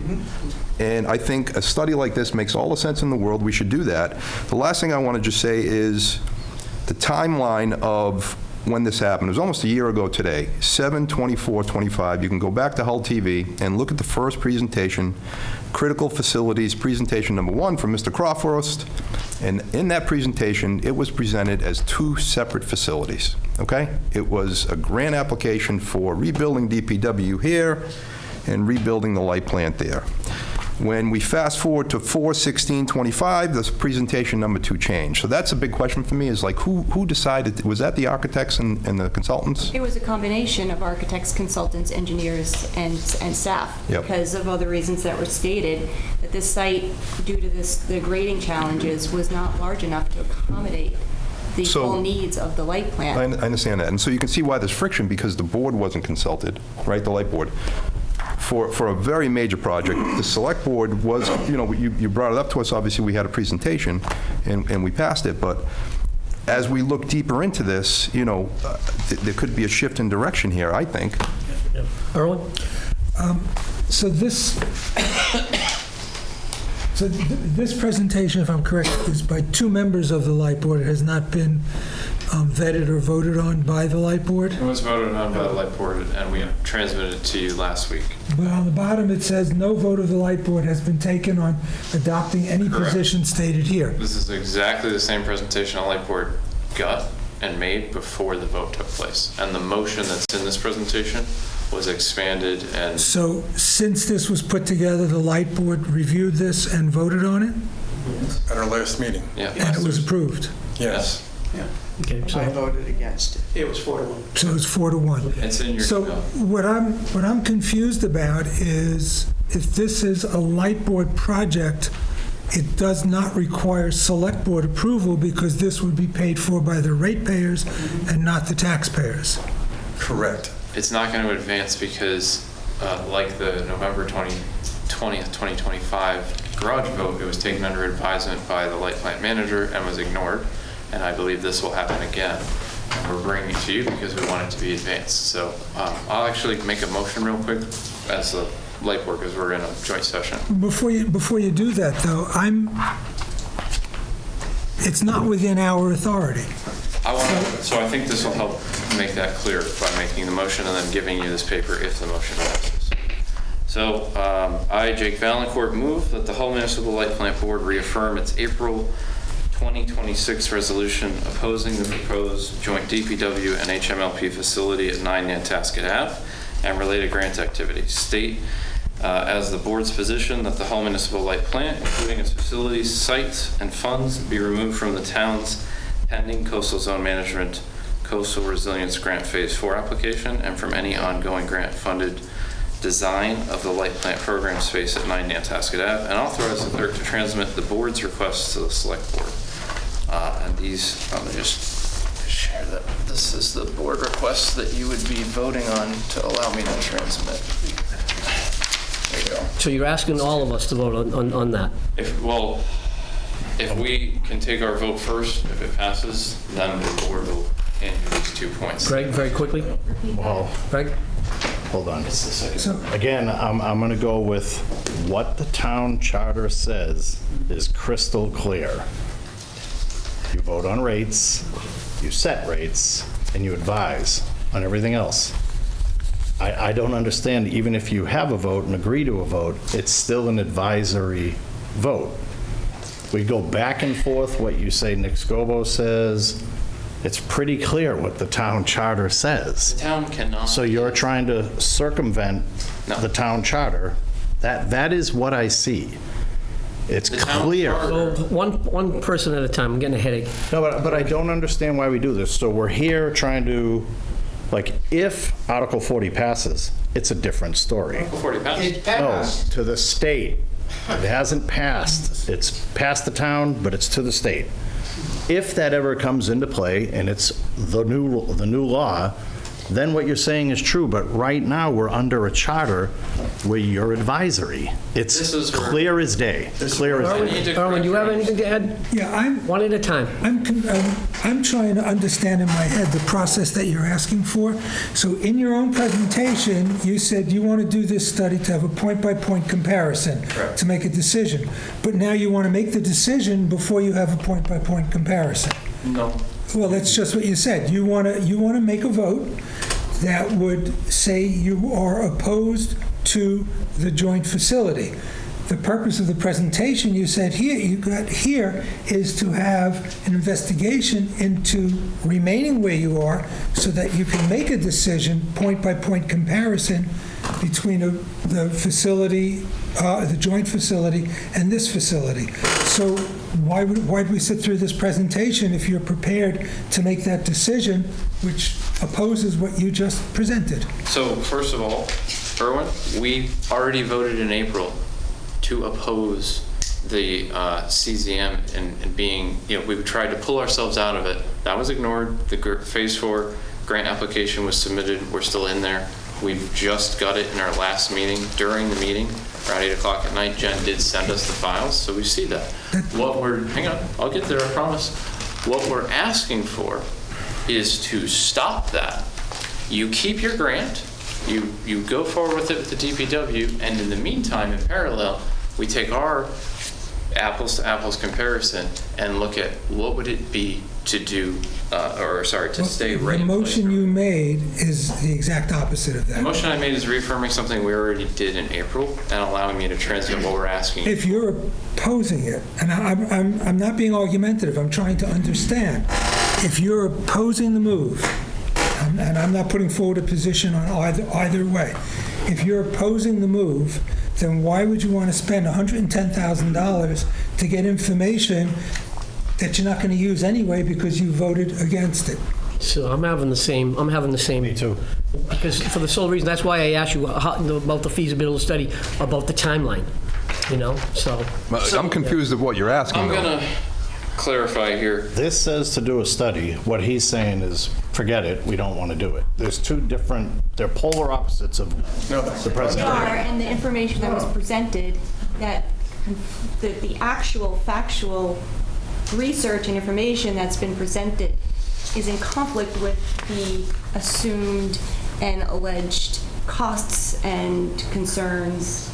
So let's try to get back to what's on. Let's try to get back to what's on the agenda. Okay, and I'm going to repeat it again. And please, one person speak at a time. I'm getting a headache. Discussion: comparison with the joint DPW and Hull Municipal Light Plant facility at 9 Nantasket Ave, including cost, site, and authorization considerations, and the board's prior vote concerning that project. Let's stick where we are. Let's not. We're starting to go down slippery slopes. I heard your meeting was over 4 hours. I'm not doing that tonight. I got a question. Is it possible to apply for a grant to do a study in the scope that you're talking about, is that doable? We're not asking Anybody. for a grant. We're asking to use. I'm asking a question. Is it possible to get a grant so you don't have to pay, you don't have to spend ratepayers' money to do a study? Like what the town did is tried to use somebody else's money to do a study. I believe the light department can probably get that done somehow. Like, part of what's going on is we're trying to move super fast to get things done and push things through. No one's in a rush for any of this. So We to tap, have a truck that needs to be garaged. It and needs to be there's garaged. garages in We town. made a determination last November. Hold on. Yes, we are in a rush. Go back to my question. There's grants available somewhere, correct? Don't know where they are, but grants could be available for the Hull Light Department to apply for those grants, to get those grants, to not cost the ratepayers any money, do a study that you just presented to us, and then make a factual decision on either option. We voted on this in November. We asked the light plant manager to facilitate this and to move forward with it. For a full study? And no, it was not for a full No, we're not talking about the garage. We're talking one at a time, please. This presentation, I'm just asking you a question. Are grants available? Could the light department apply for grants, get free money, do a study, which the study we're in the middle of took how many years? It's before the town manager even got her job here. Like, it's been going on for a long time. It takes quite a long time. I'll use playgrounds in general. Playgrounds, it's about $60,000 to do a study on swing sets, slides, and tiny structures. We got CPA money for that, but the state probably has money for you guys to do a nice study to talk about that specific site. We can slow down, tap the brakes, get factual information, and then come back whenever we have that information. Instead of rushing to plop a building when there's 5 or 6 spaces throughout Hull to park the garage right now. I mean, park the truck in the garage. So there's Sorry, a very important clarification is what was asked in November was not ignored.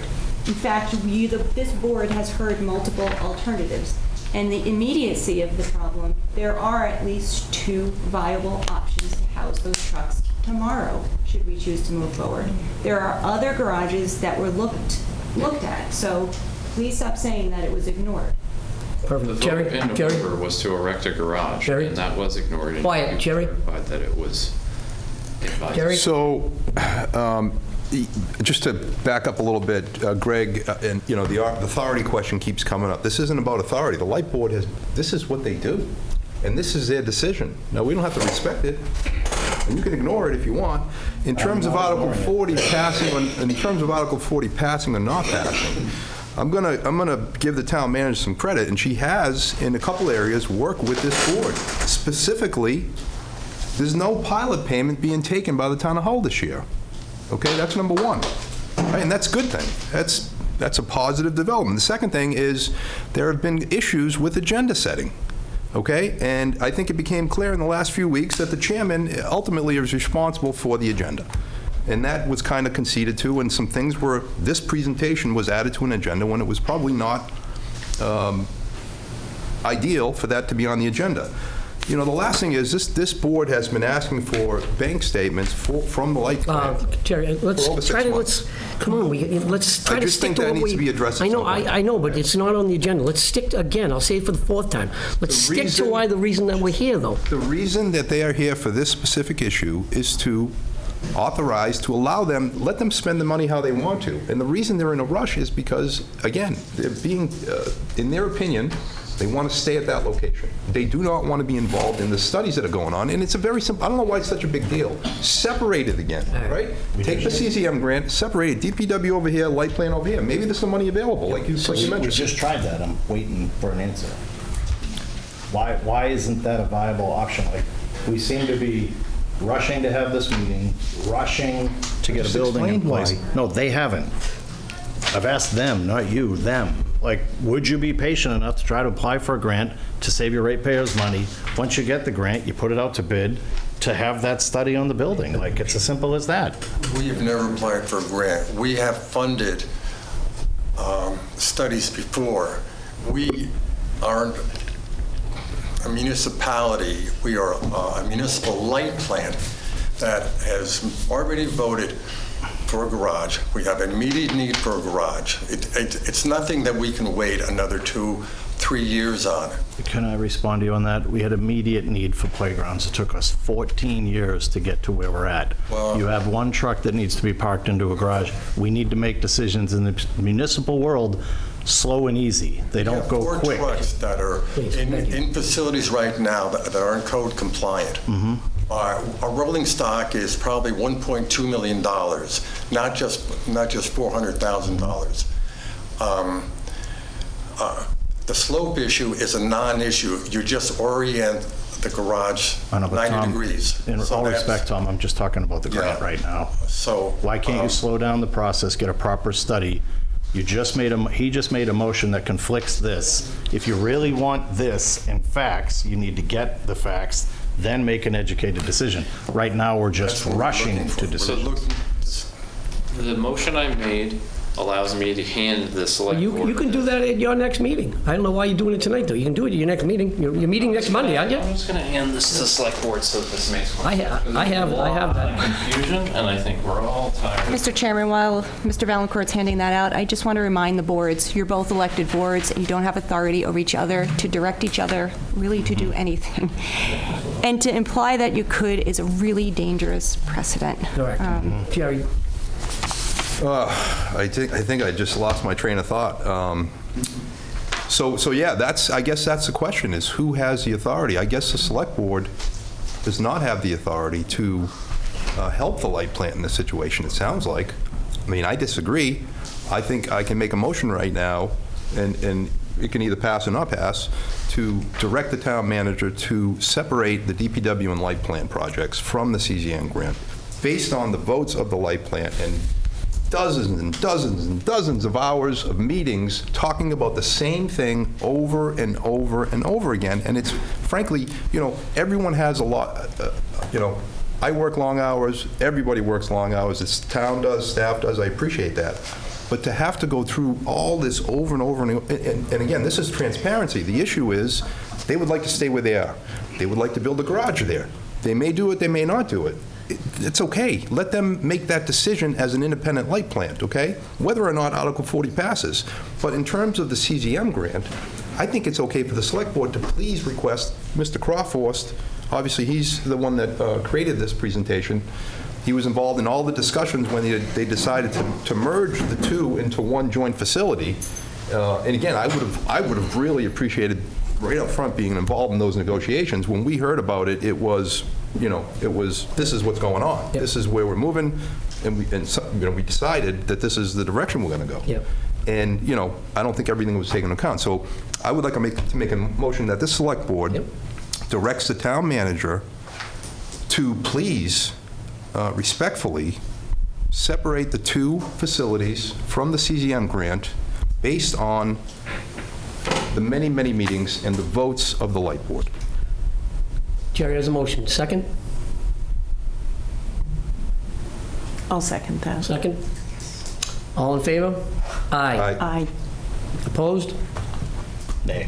3-2, it passes. So now let's get back to the feasibility study for $110,000. Mr. Chairman, I just want to make a comment for the record. I understand your vote. I heard your vote, but I also, under the charter, have authority over grant filing applications. And given all the information that I have, and I will consult with council on this, okay, and then get the report back to the board. Perfect. Okay, but just when you speak to town council, please ask him to call us if he has some specific questions, because even though he might have, he might have an interpretation of what's going on in the direction and all that, the board has kind of a different view, so. Yep. And at the end of the day, the town charter says the Board of Selectmen shall exercise, through the town manager, general supervision over all matters affecting the interests of welfare of the town. Let it sink in. So she is in charge until the charter changes. She runs the light plant. It's to me, it's plain and simple. And this is also, I'm sorry, an important point for clarity. any project such as a new plant, whether it's on at Edgewater or dual facility. Has to go to town meeting. Correct. It does not lie with one individual or one board. Correct. And that has, no matter how many times to the contrary that's stated on YouTube or Facebook or anywhere else in the Times, that is not accurate, and that is very important for everyone to understand. All right. So, Mr. Nessoff asked the question earlier. The DPW can be separated easily. And It was answered. Right? Yeah. So again, that's the direction the select board just voted to go into, and we do expect that is the direction that we move forward with. perfect. So what do we need to do about the 110,000 feasibility study? Is it your vote? Is it our vote? Is it? If we can take a vote on the motion I made so that we can ask them to take a vote too. So I'll say aye. Aye. Sorry, aye Valancourt. Aye Burns. Aye Dancher. Sorry. What is the motion?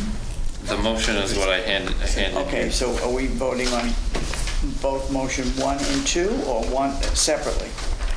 I made one motion, and the end of it allows me to transmit the paper I handed to them, so then we can formally say we're asking them for their second motion, which is number 2. Okay, so the motion is to give this to the select board? Yes. For them to decide? This is the... No way. Okay.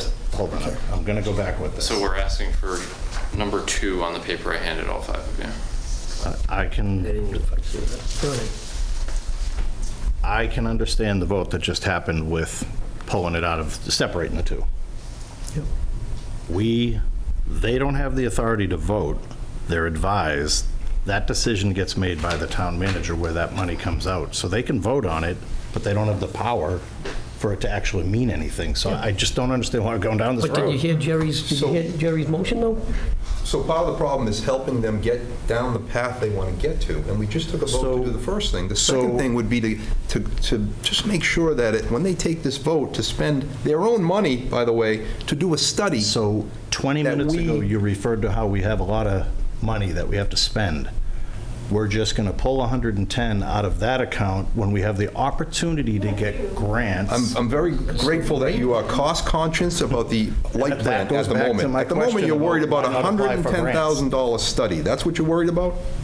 $110,000 study. I guarantee you that $110,000 study gives you the basic same results. We agreed with you. If a grant's available, why would they not go down that road? That's not the language. That's not what people keep saying about pulling money out. Tom, regarding, again, I'll say for the third time, regarding the feasibility study, do all of us have to vote for you? It seems that the light board would. You're using ratepayer money. You're not using taxpayer money. So why are we in that discussion? That's kind of. I can answer the question. So we're in a situation where you're partly correct that we don't have authority over operations, but we do have authority over capital projects. We have, and if you read chapter 14A, it doesn't say we don't have authority over capital project. It says the light plant manager has authority over operations. We are the only thing I see in the charter. So you have charge of the town manager and the light plant manager. Until 40 becomes implemented, we don't have a direct authority over the light plant manager. We are petitioning the select board to direct the light plant manager to enter to fund a study of $110,000 up to $110,000 for a garage. That's what we're petitioning. Okay. All right. So I'm gonna wrap it up. Jake, last thought. The last thought is I asked you to vote for number 2. It clarifies the position the board already took, and on the authority, Scobo told us, especially on this building, he suggested this is exactly what we develop and do. Apples to apples comparison between the two. So this is why we developed this. This is how we got here. Okay. The authority question, real quick, Brian, I promise. The authority question, yes, it's confusing, it's ambiguous. Scobo said that umpteen times now, but here's what it comes down to. The charter says all other parts of 164 apply. If you want to get MWIC pooled loan programs, No one in this room can do it except for the elected light board. They have to take. And that's why I keep asking. So, do you want to make a motion, Jerry? Yeah, I'm going to make a motion that the Select Board directs the town manager to affirm and move forward with the Light Board's request and vote tonight to spend up to $110,000 to fund the study that they are requesting. Second? Anyone? Oh, just to be clear, that would not be done in the town manager role. The light plant manager, yeah, so I amend my motion to say light plant manager. Okay. Second? Go ahead. For I discussion. can second it for discussion, but shouldn't it say that it's coming from there, from the ratepayers' money? It come from MWAC. No, it does not. No, it doesn't. No, it does not. It doesn't Preliminary state cost where. considerations for potential financing options, including the MMWESA pool loan program. Am I missing? It's $110,000 that would come. Motion. It's on the sheet. Oh, okay, so I'm looking at the agenda. I'm trying to stick to the agenda, sorry. It's funded by the light plant and the light. Yeah, but they shouldn't be writing up our... Oh, it says, and No, I funded by the didn't light read plant. it as Okay, written. I'm sorry. I read a very different well, it was similar but different. If you can say it. I said it plainly. I would like to make a motion to direct the Select Board to direct the light plant manager to honor the vote of the light board tonight and to move forward expeditiously on a study up to $110,000, which will be funded by the light plant, and move forward this as quickly as possible. Second. Let me just make a Second. comment. All in because- favor? Wait a minute, the light board's vote wasn't a unanimous vote. So the light board voted on this on the 16th. Where does it say unanimous? But I didn't mention a unanimous vote. You did. I did? I didn't hear that. Not that time. Okay, so Jerry made the motion, Susan seconded the motion, all in favor? Aye. Opposed? Nay. Nay. 3-2. All right. I make a motion to adjourn the light board meeting at 8:33 PM. Aye, Valencourt. Aye, Burns. Hi, Landry. Thank you, everybody. Notes, who seconded, sorry. That's okay. You can have it. You did, okay, thank you. Yes. Yeah, we're going to take a 5-minute break. Thank you for your attention. Every single time.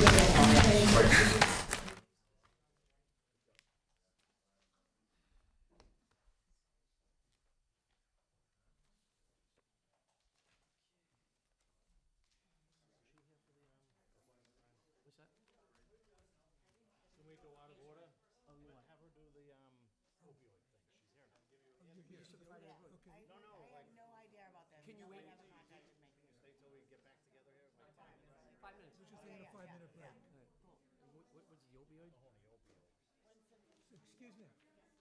You didn't get notification to come tonight?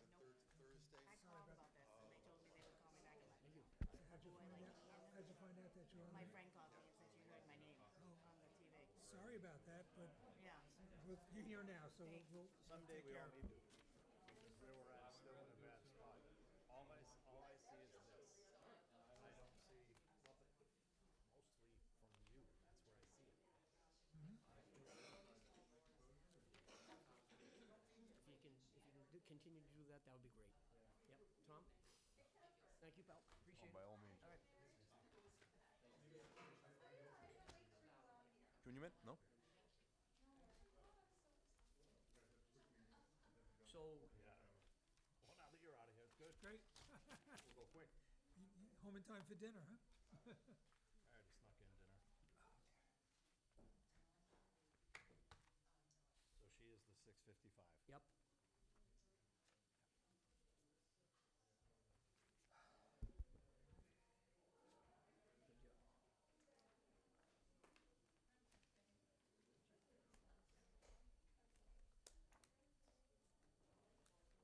I'm gonna take advantage of this. I'll be right back. I do agree with you. I do hope that they simultaneously look for grant money while they're spending that money. You know? They won't. It's ratepayer money, it's not taxpayer money.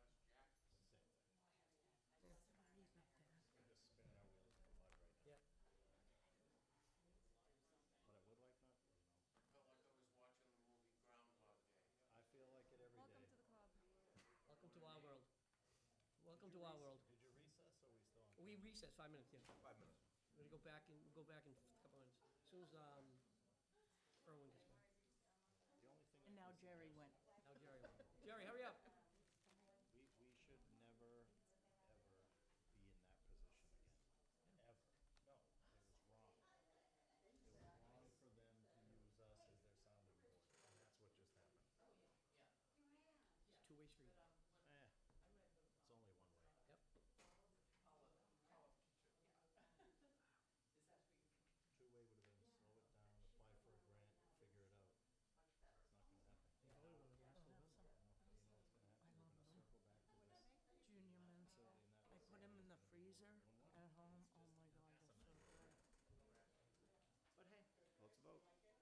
Cheaper, that's the way I look at it. What's cheaper? It's gonna be cheaper to renovate over at Edgewater as it is to put a $65 million. Again, I've been saying it from the beginning. I haven't changed my thought, I haven't changed my thought on anything, right from the beginning. We spent about $90 million on schools, we're all done paying for it. It costs money. I know, but the whole thing is you got, in my opinion, you're never gonna get 2/3 of the votes of the people. When the light plan says that they're gonna do something cheaper, you're not gonna get, because you have to bond money, the town. Their light plant redo, I guarantee you it's like 10 to 12. Well, that's what we're gonna find out in the next 12 months. Cleared Oh, it up won't be the 12 weeks either. audience. Jen, just curious. Send out to bid, create a proposal. That's months. Oh, yes, that is Yeah, never going to happen by Like, August. they just mentioned 12 weeks. It'll probably take 12 weeks to make the RF, whatever it is. And then you gotta send it out to bid, You know what, then they're probably 6 months away from nailing down an architect. And then it'll give them the opportunity to, just has for you guys to say that it didn't. All right, we're gonna go nothing back was in. realistic. Well, we gotta wait for Erwin now. Oh, where's Erwin? Okay. Then we go to Colleen. Do you want to sign these in the meantime? Have these people sign these? We haven't voted on Ken, but you that should yet. vote on it What? first. We haven't voted on that Oh, yet. no, we voted for wasn't that the AC? I actually signed that one. Okay. You need guys I don't to think sign we, that. did we vote on that? Earlier for the ACA transfer, whatever it was? Oh, no, Yeah. no, that's the, That's another the thing, alcohol. that's the alcohol. We haven't done the ABCC yet. Where is that one? That's Oh, coming up okay, for I see it, approval. I see it. It's Sorry, under I see it, I approval. see it, I see it. Okay. So, we're gonna go back to what, someone just close that door, or you can tell them to quiet down? All right, so we're back in session. So we're gonna go back to to meeting with the applicant for the opioid abatement task force from 6:55 PM. Colleen Delaney is here. Colleen, just tell us name and address first, and then just tell us why you want to be on the committee. So Colleen Delaney.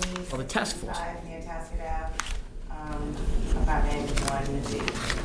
I just wanted to be involved in it. I heard there was an opening, and there is, so that's why I put my application in. Okay. Question? Motion to appoint Colleen Delaney to the opioid abatement task force. Thank you for stepping up. Seconded. All in favor? Aye. Congratulations, Colleen. Simple as that. So now explain. So you're going to have to take a ethics course online. Once you pass that, you'll get sworn in by the town clerk, and she must have your email address. Yes. Just when you filled in the application. She'll send you an email for the. She'll reach out to you ethics test, in the and next then- week or two, and then just, Swear you again, take the course online. It's not that long. And then, once you're done, you'll get a certificate. Come up with the certificate, you get sworn in, and you're off to the races. All right? All set tonight. Good. All right. Thank you for coming forward. So, approval. Mike McGurl, Executive Director, Hull Life Saving Museum, one-day liquor license for July 25th, 2026, harbor illumination from 6 to 10 p.m. Motion to approve. Second. All in favor? Aye. Opposed? None. Good. Okay, Alcoholic Beverage Control Commission, 2026 seasonal certification and population increase estimation. Jen, you want to just run us down there? Sure, this is just an annual certification by the board, and it's certifying the seasonal There are no new, I should just put it this way. There are no changes in the licensing and no requests for additional seasonal. Yes. Okay. And this number, how did we come up with this number of the 10,000? Is this from the? I believe it's from the census. Okay. And this came up before, is it seasonal or is this year-round? That's the year-round population. Okay, and I know the seasonal one came up for debate, because I think the number only came up to like 11,000, right? From 10.5 to like 11.5. I don't recall, honestly, Jerry, because I don't know that we had a number because it's hard to capture what exactly is the seasonal population. Yeah, and what they consider an actual population, is it visitors or is it people that are actually staying overnight, and how many nights and all that, right? So, Greg?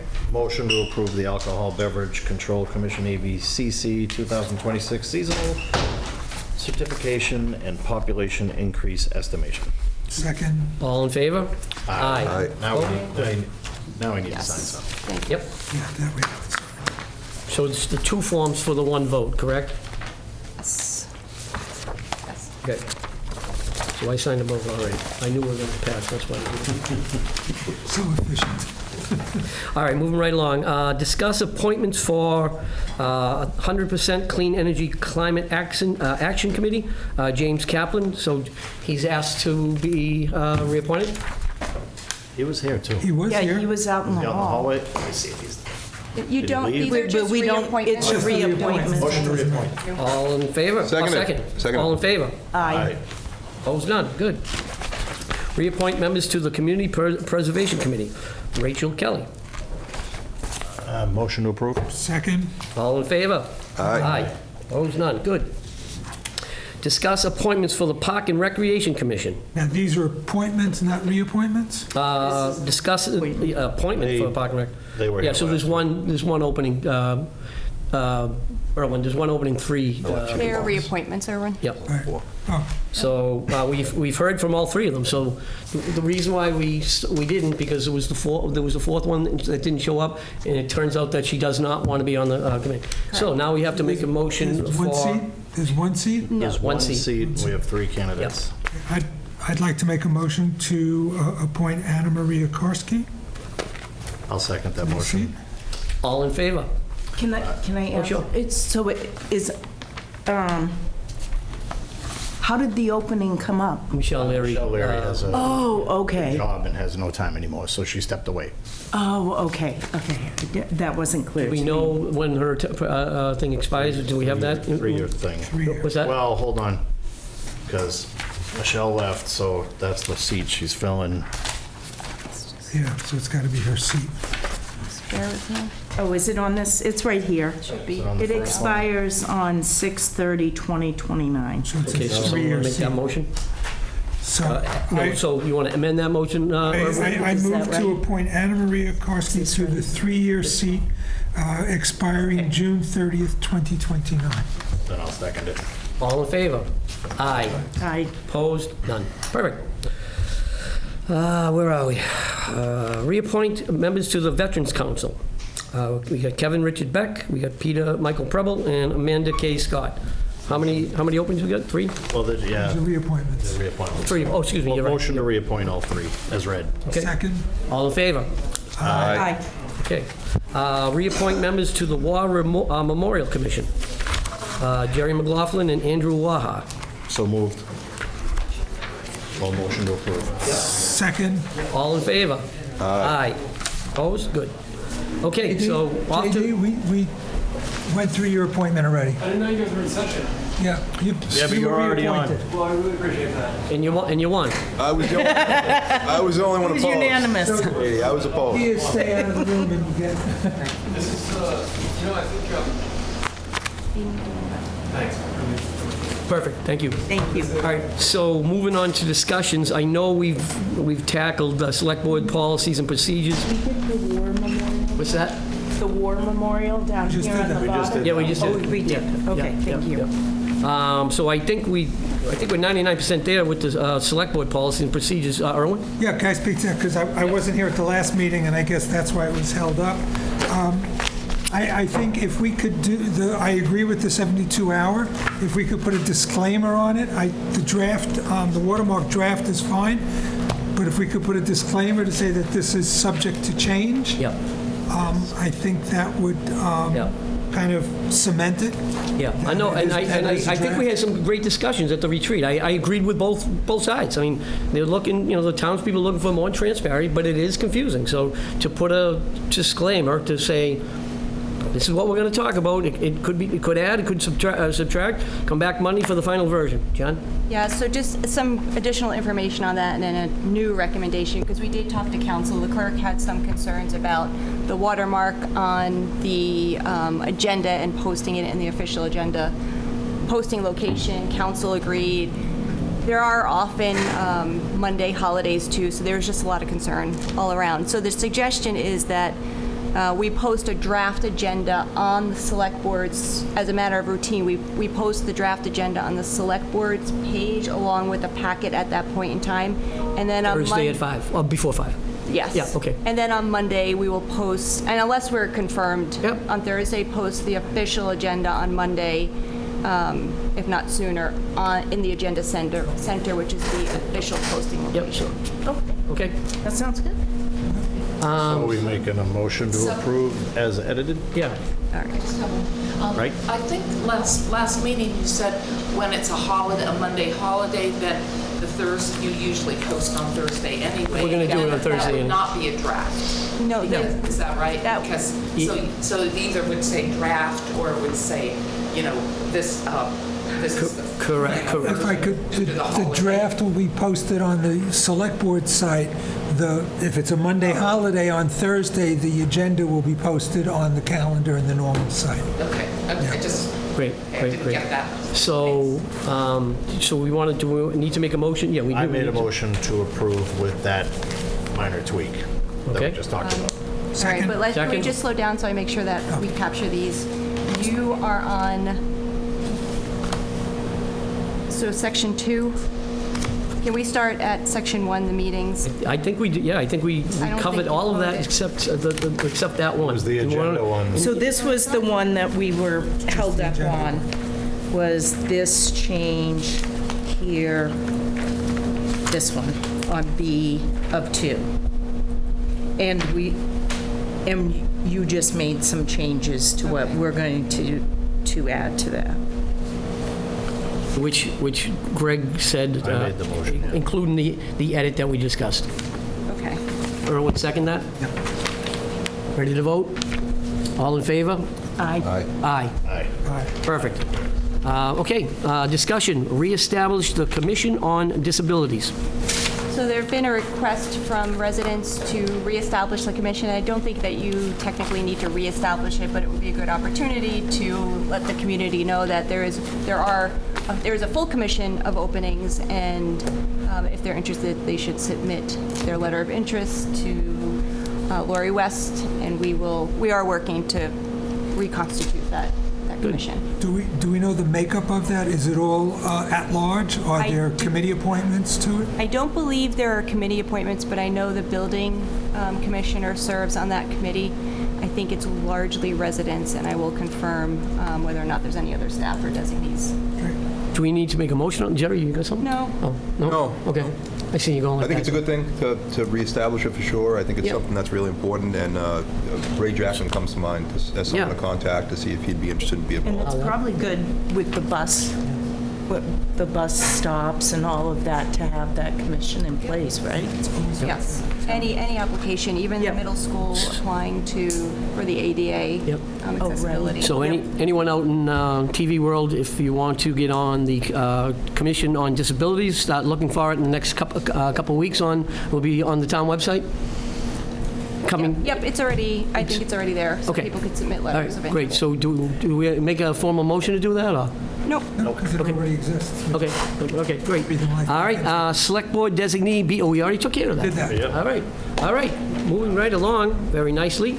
Town Manager and Board updates. Jen? So I think just a couple of updates this evening. One, I want to thank the MBTA and all the residents that came out last night, I believe, it's been a long week already, to participate in the workshop relative to Phase 1 of the 714 bus route improvements. And again, that's removing it, changing it over from a flagged bus line to a designated stop line. Phase 1 locations are, and the whole project, the MBTA has a 714 project page. We additionally have that information on the town website if anyone is interested in looking at where those locations for Phase 1 are.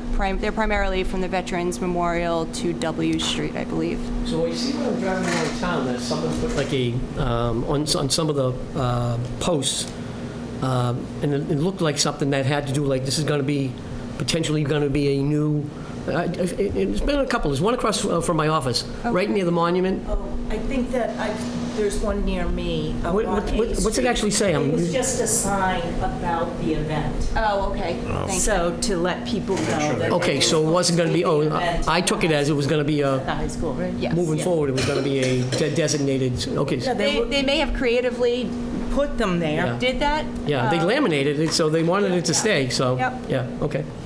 All right, Jen, anything else? Manomet and Samoset is moving along very nicely. The contractors are continuing to raise drains. Some of them were deeper and required a little bit more work, but that final paving is due to be completed, I believe, the end of next week or next Wednesday.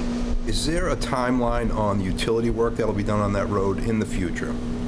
Like, is there stuff planned right now, and how far out is that work? Nope, there was potential, or there may be potential water, Ware River might be doing some connections, but we've already communicated with them, that's a couple of years out. We knew this. National Grid has been, National Grid completed their work prior to the start of the project, or actually concurrently with the start of the project, which is why they shifted from A Street, starting down at Phipps Street, so National Grid can wrap up their work at the other end.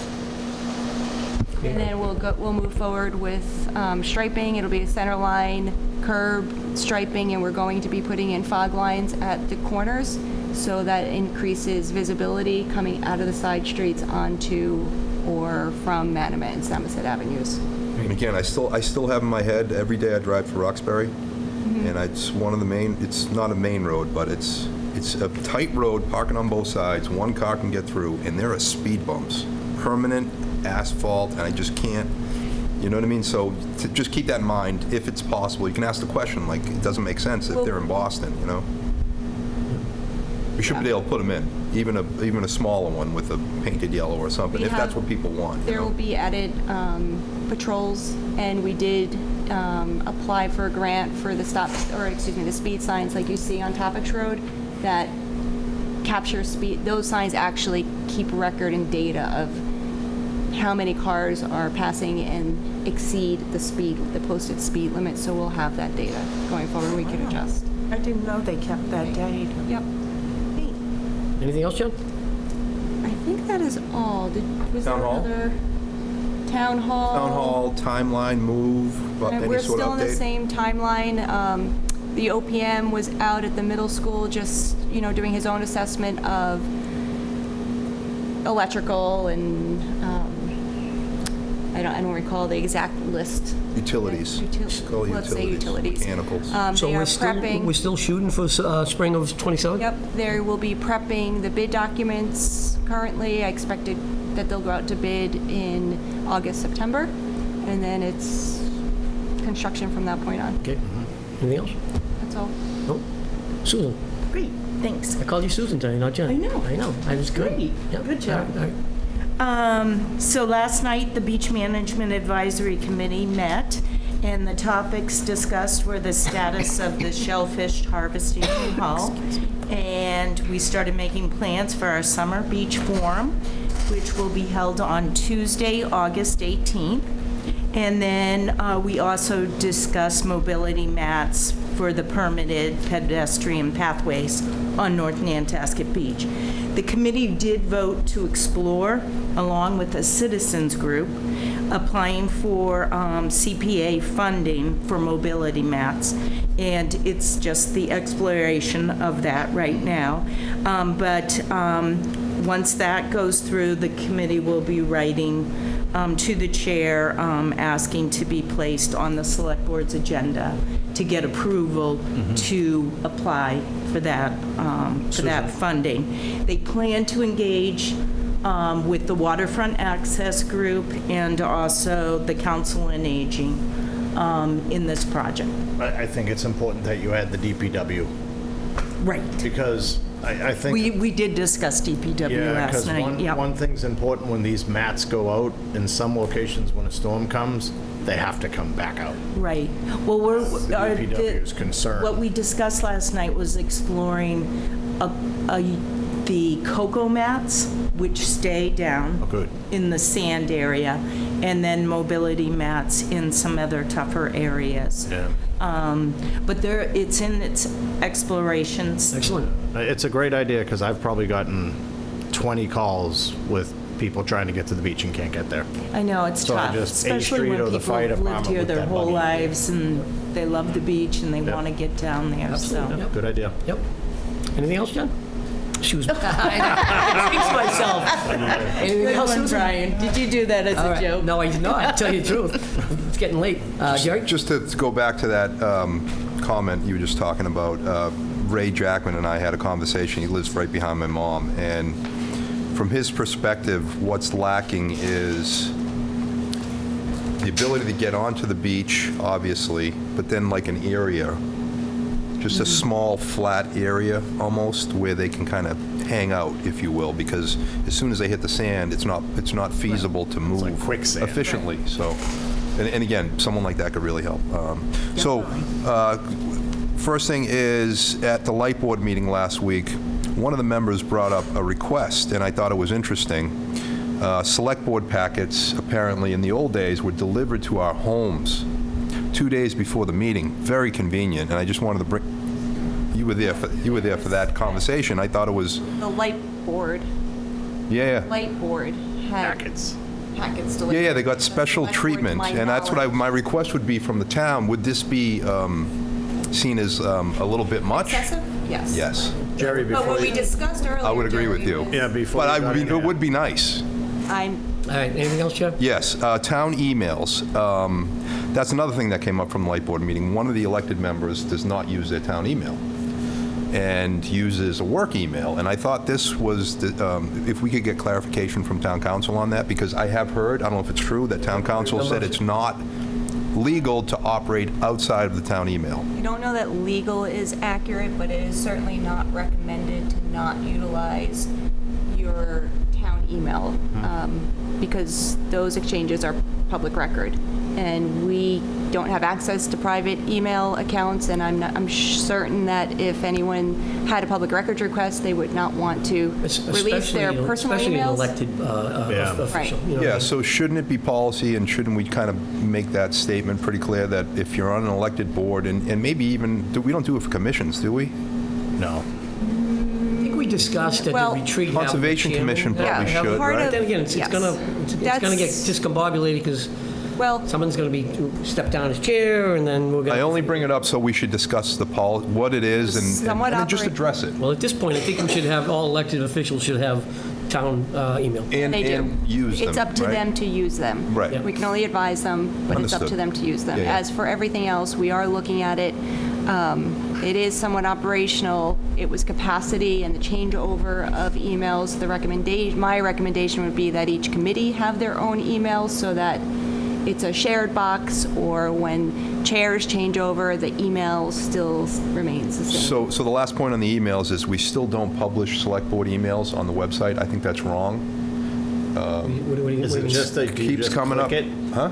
Isn't there an option to? There's this weird encrypted system, right, to get to us? I just heard from a couple days ago from a resident It's up that to you the board if you cannot, would like your email. can't get the emails, you know. If you want a live link to your email, I don't think that's a complicated thing to do. Yeah. You just need to let me know. Just go ahead and do it. No, the question is, should the select board have their emails on the town website so people can get in touch with us? I have no problem with that. Yeah. Oh, our addresses. Our email I thought you. addresses. No, email. I was gonna say, some of the emails I get should not be on any websites. And the last thing, Mr. Harlan, Chairman. do you concur? Last thing, Mr. Chairman, Yep. is the gavel. We made a motion at the last We meeting. have 2 gavels, so is there not a gavel over there? No gavel? Somebody's playing games with a gavel. We do have a gavel now. All right. They took it to the meeting that they had last night at the high school. Yeah. The woman from conservation was in here and she grabbed it. Jerry, She's the culprit. We talked about. ZBA meeting? Oh, wait. Yeah, the ZBA meeting. So, Jerry, that's it? Yeah, I think we should have a gavel here saying select board only. I mean, that's With a chain on it. select board room. Oh, I like that, like a pen at a bank? Yeah. We did talk about removing this giant pack of paper and have an iPad, so that's something she's looking at. So when we come here, we have an iPad instead of a giant packet. We get all this in there. Yeah, so I got 2 things. First one is easy. It's going back to your discussion earlier about Samoset and Manomet. I've gotten some complaints about the speeders down there. So The what? You could, about people speeding down Samoset Ave, Manomet Ave. I got a text at 9:30 at night from a guy, and it's kind of funny actually, but he was angry about it. So if the police department's listening, if Jen, if you could pass it on to the chief, that obviously more, now that it's flat and now that it's a potential speedway, Jerry, you brought up the thing about just in the interim, a little bit more action from the police and fire, the police department down there because of excess speeding. And I've gotten it from more than one person, so a few people. And secondly, a few people emailed me over on Friday or Saturday. I was on vacation. I'm not really connected to anything. And it was about an op-ed, and I didn't read anything. It says something about how the mistrust in town government. I think we've made strides. We're trying to make strides. Just tonight, what we did with the 7-2 hour. All right, it's not something that's what we wanted to do, but that's what people are asking for. So that's why we did it.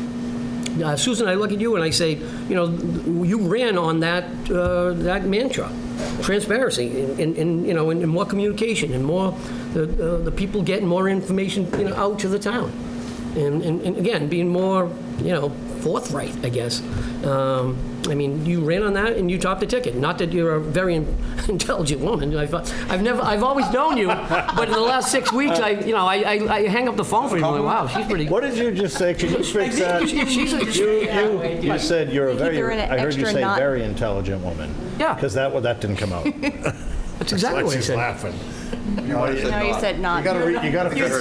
Fix it. It's on tape. Sorry, you are a very intelligent woman. It's on tape. We'll check it later. All right. I will check it on tape. It'll be in the minutes. Yeah. So, again, just going back to what I was saying, we can move on. But we're trying.